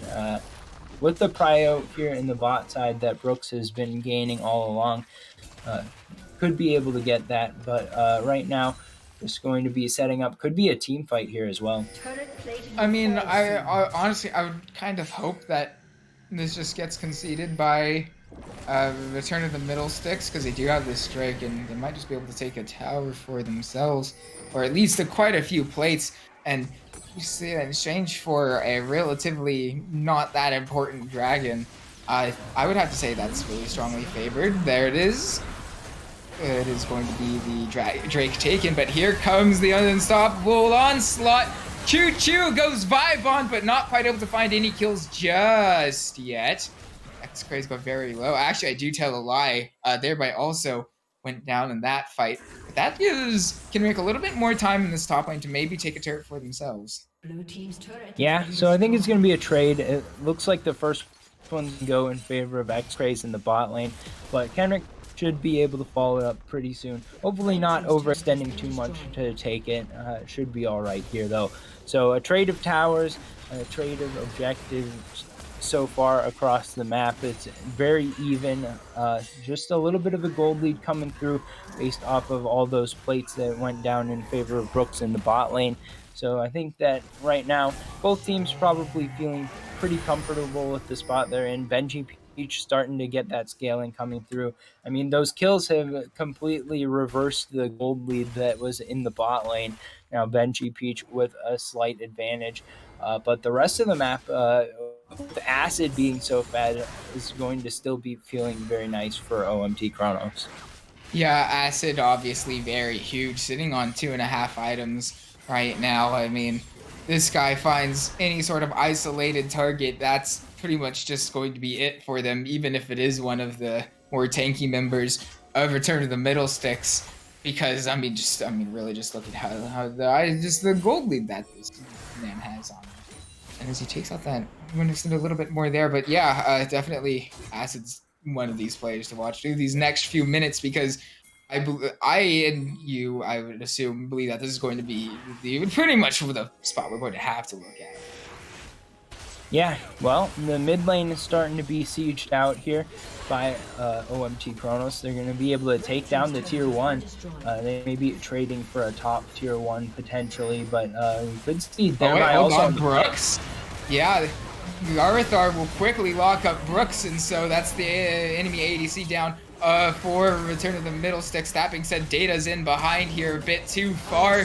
Stunned up. Acid does so much damage, takes out a big chunk from the enemy jungler, and all the while that is going to be Garthar taken down as well. Benji Peach with little health left. I'm not sure there's much he can do. Acid invisible won't quite find the initial damage on the jump, but will get the kill there onto Benji Peach. So now it is a really well taken fight from OMT Chronos. Yeah, and they're going to be able to continue to get down some towers, maybe just going towards the Rift Herald instead. Should be able to pick that one up with relative ease. Well, I guess they've decided to just reset, despite getting those extra members on the map. The respawn timer's not too long, so I guess I'm okay with that. I would have liked to see them at least go for that Rift Herald, but second Rift, definitely less prioritized by most teams than the first Rift Herald is. So we'll see if the reset is going to allow Acid to be even better in a carry position, as that Umbral Glaive is now complete. Well, speaking of being in a carry position, that's going to be another landed hook from Garthar onto an enemy carry, though not enough damage in support to really follow up that fight and kick it off there. But either way, still showing that he does have the awareness. And as you were saying with the Rift Herald being perhaps taken by OMT Chronos, thereby also going to get spotted out on this pixel bush.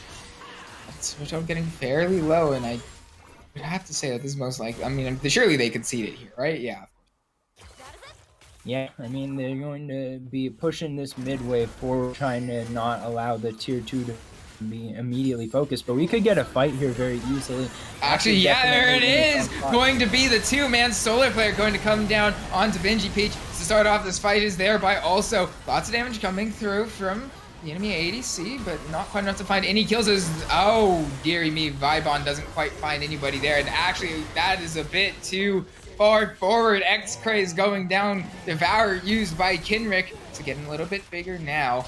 Started to feel nice, and here comes Acid, sees a low Vibon, gets that kill. Now looking for the enemy jungler. Won't quite get Garthar. Actually, the burn will be enough, however, that's going to be Benji Peach getting excited, and with all these low health bars and that passive resetting, won't quite find the auto attacks he needs to get yet another kill. But that being said, when Jinx starts getting a few of these kills, even though right now I'd say it is still strongly OMT Chronos favored, you can never quite write out Jinx, and especially with how Benji Peach has been playing this series, you really cannot completely ignore that. Yeah, X-Ray is maybe going to look to contest here. Yeah, a bit of a dangerous area to be in. Silenced up. Here comes Vibon now as well. Lots of teleports committed. Won't quite find any knockups though. Being said, Acid still takes a decent. Oh, X-Craze, dear. That you hate to see that. You really do hate to see that. Flashing into the wall and able to find the charm. It actually might go down because of it. There it is. Acid picking up yet another kill is legendary. And as the solar flare does come through, the shutdown does go onto the Volibear. But that is Data also going down now as a teleport from Brooks, going to finally, actually not teleport from Brooks, what am I talking about? Teleport from Kinrig. Brooks casting the ultimate to start off this fight, or not start off this fight, in the middle of this fight, to try to find any bit of extra damage. Vibon will be taken down by Kinrig on the Valley. So with all these stacks coming through on Kinrig, he's starting to get bigger and bigger. Now, how many Devour stacks? He's sitting on seven feast stacks, as it is, so getting bigger now. Yeah, Brooks is finally starting to get some room to do some damage throughout these fights. Able to come up big at the end of that fight, as well as the teleport coming in from Kenrick, quite important there on the front line. But I think that we're in a position where even though Acid got shut down there, that going on to Data isn't actually quite so helpful. I mean, Data's building very tank focused here right now, not going to be doing a huge amount of damage, not having any of the AP build that sometimes you see on some of the Volibears, which I think is just fine in this situation. But that means that the shutdown going over to him is not going to be nearly as helpful as if it went over to X-Craze or Benji.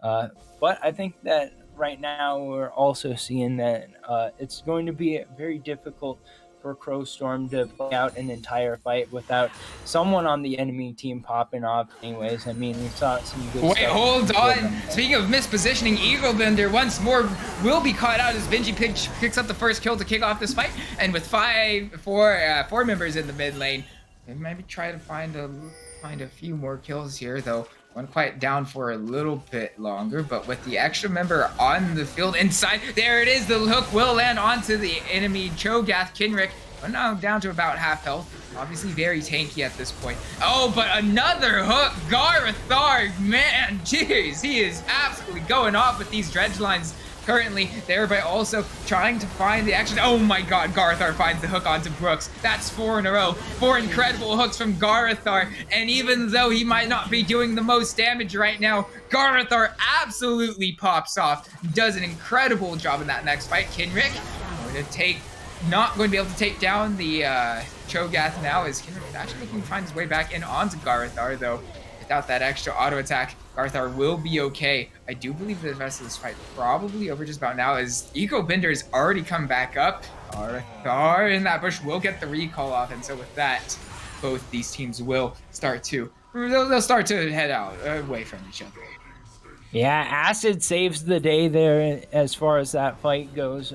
For OMT, Chronos was able to hop over the wall and find the kill onto Benji Peach there. Otherwise, I think that that's very heavily favored for Return of the Middle Sticks Crowstorm, but I still think a good fight from Crowstorm. They're going to be feeling nice after coming out delivering a pretty big punch there.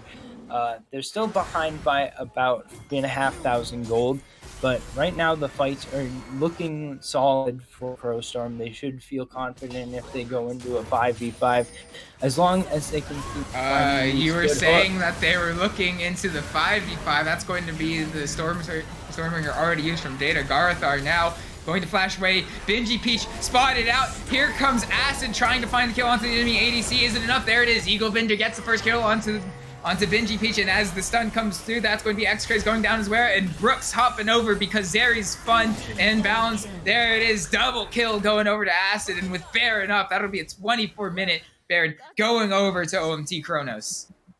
Yeah, it should be able to be picked up here. The gold lead expanding over 5,000, should be 6,000 with the Baron take.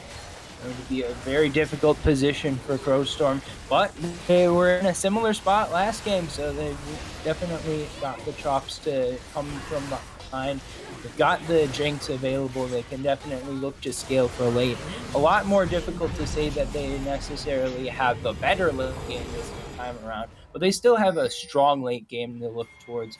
But right now, down about 6,500 gold. They'll be looking to just gather some resources for a little while, hopefully not give over the Ocean Soul too fast, as it's 2 Drakes already taken, another one's on the map, so we could be within 5 minutes of an Ocean Soul, but the Drakes do have to be taken, and it looks like there's Crowstorm ready to contest.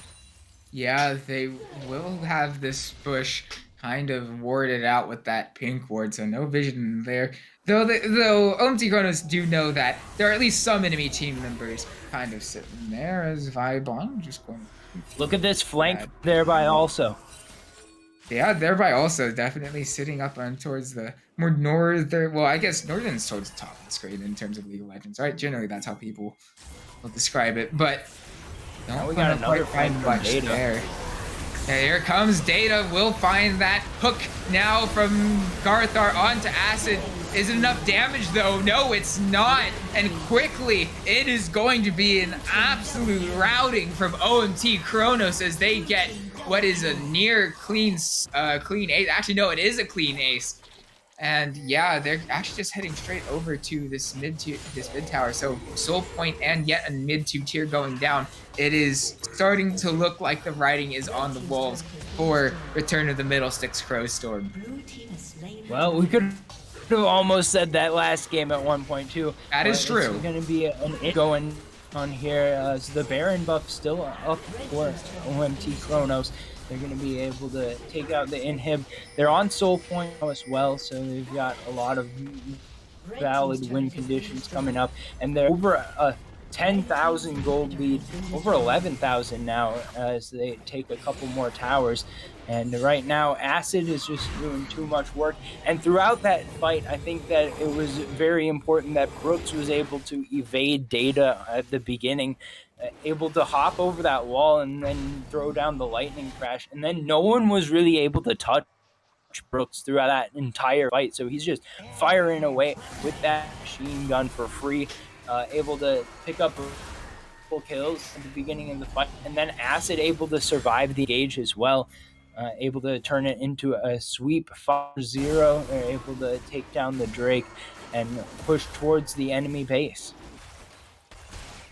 Yeah, and well, as we've seen, is that Middlesex definitely do have the ability to come out ahead in these team fights, even when down so much gold. They've certainly proven it over the years. Actually, hold on, here comes Acid, charmed up. Acid, what are you doing there? Super Mega Death Rocket does quite a bit of damage. Acid getting burned down, now getting slowed.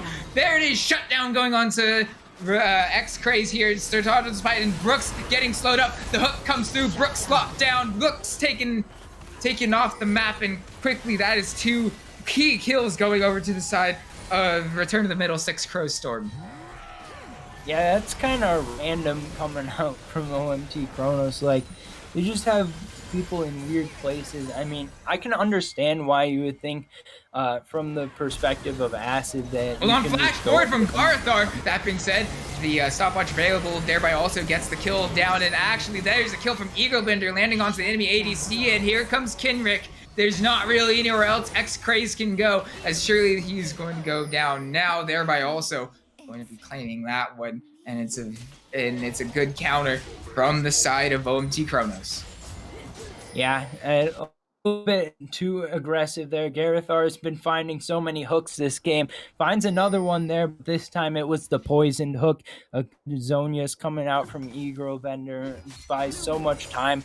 And I don't think that the aggro juggling was very good either, because I think that as soon as the first kill went down onto Garithar, it was Benji Peach that started taking the damage from the tower. And that meant that the Solar Flare was so much more valuable than it would have otherwise been, because Benji Peach just no way to get out of that combo. Ends up dying to another tower shot coming down. And all in all, a 3-for-1 in favor of OMT Chronos, despite the fact that it was an attempted dive in a 4v2 matchup. Yeah, perhaps not being all that aware of the enemy itemization, especially on Evil Bender being able to avoid a lot of that damage coming through. But for the time being, we don't have really too many neutral objectives on the map. So if we take a look back at the situation at hand, I mean, I guess slightly cutting back into that deficit is now Crowstorm, but still 10k gold, really not the best situation to be in usually. Yeah, so we'll see if they're able to find any more picks. Acid goes right back to the scene of the crime, and this time around, no one going to be able to take him out there. He's got that Umbral Glaive, so he's very difficult to find with the Blackout passive, but I think that now pushing towards this top tier 2 is going to be the next objective. 50 seconds on Drake, 10 seconds now on the Baron, so we'll see if they end up fighting over any objectives as well very soon.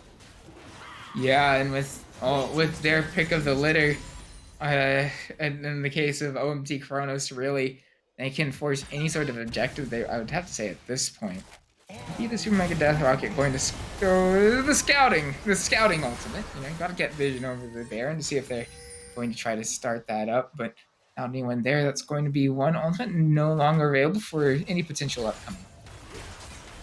Yeah, I think that before the next fight breaks, Garthar uses the Hex Flash to go over. Will find Acid, but I'm not sure how much damage is going to come through. Dredgeline, is it enough? No, it's not. Kinrick can get the kill onto the enemy support, and to start off this fight, Data now going down, Vibon as well. With all these members down, you have to feel that surely it's going to be OMT Chronos not going to live up to the prophecy of yet another middle sticks reverse sweep as they take down all 5 enemy team members with the wave pushing through mid. And actually, that's the inhibitor. Maybe not over Jess yet as well if it slows them down enough. I'm not sure how likely that is to be though. Here we go, yeah. Henrik's got like 6,000 health. This shouldn't be a problem even without a wave. And it's going to be OMT Chronos returning to the finals. Last season they got taken out in the semifinals, but this time around it's going to be the Season 1 champions looking to reclaim their throne.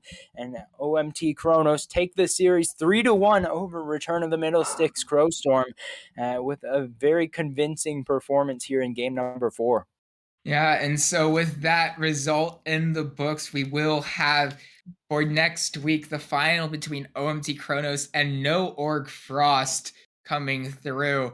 And congratulations to OMT Chronos. They definitely played that incredibly. But, you know, Return of the Middle Sticks Crowstorm, I definitely believe they can hold their heads high after that one, especially considering a few of those games.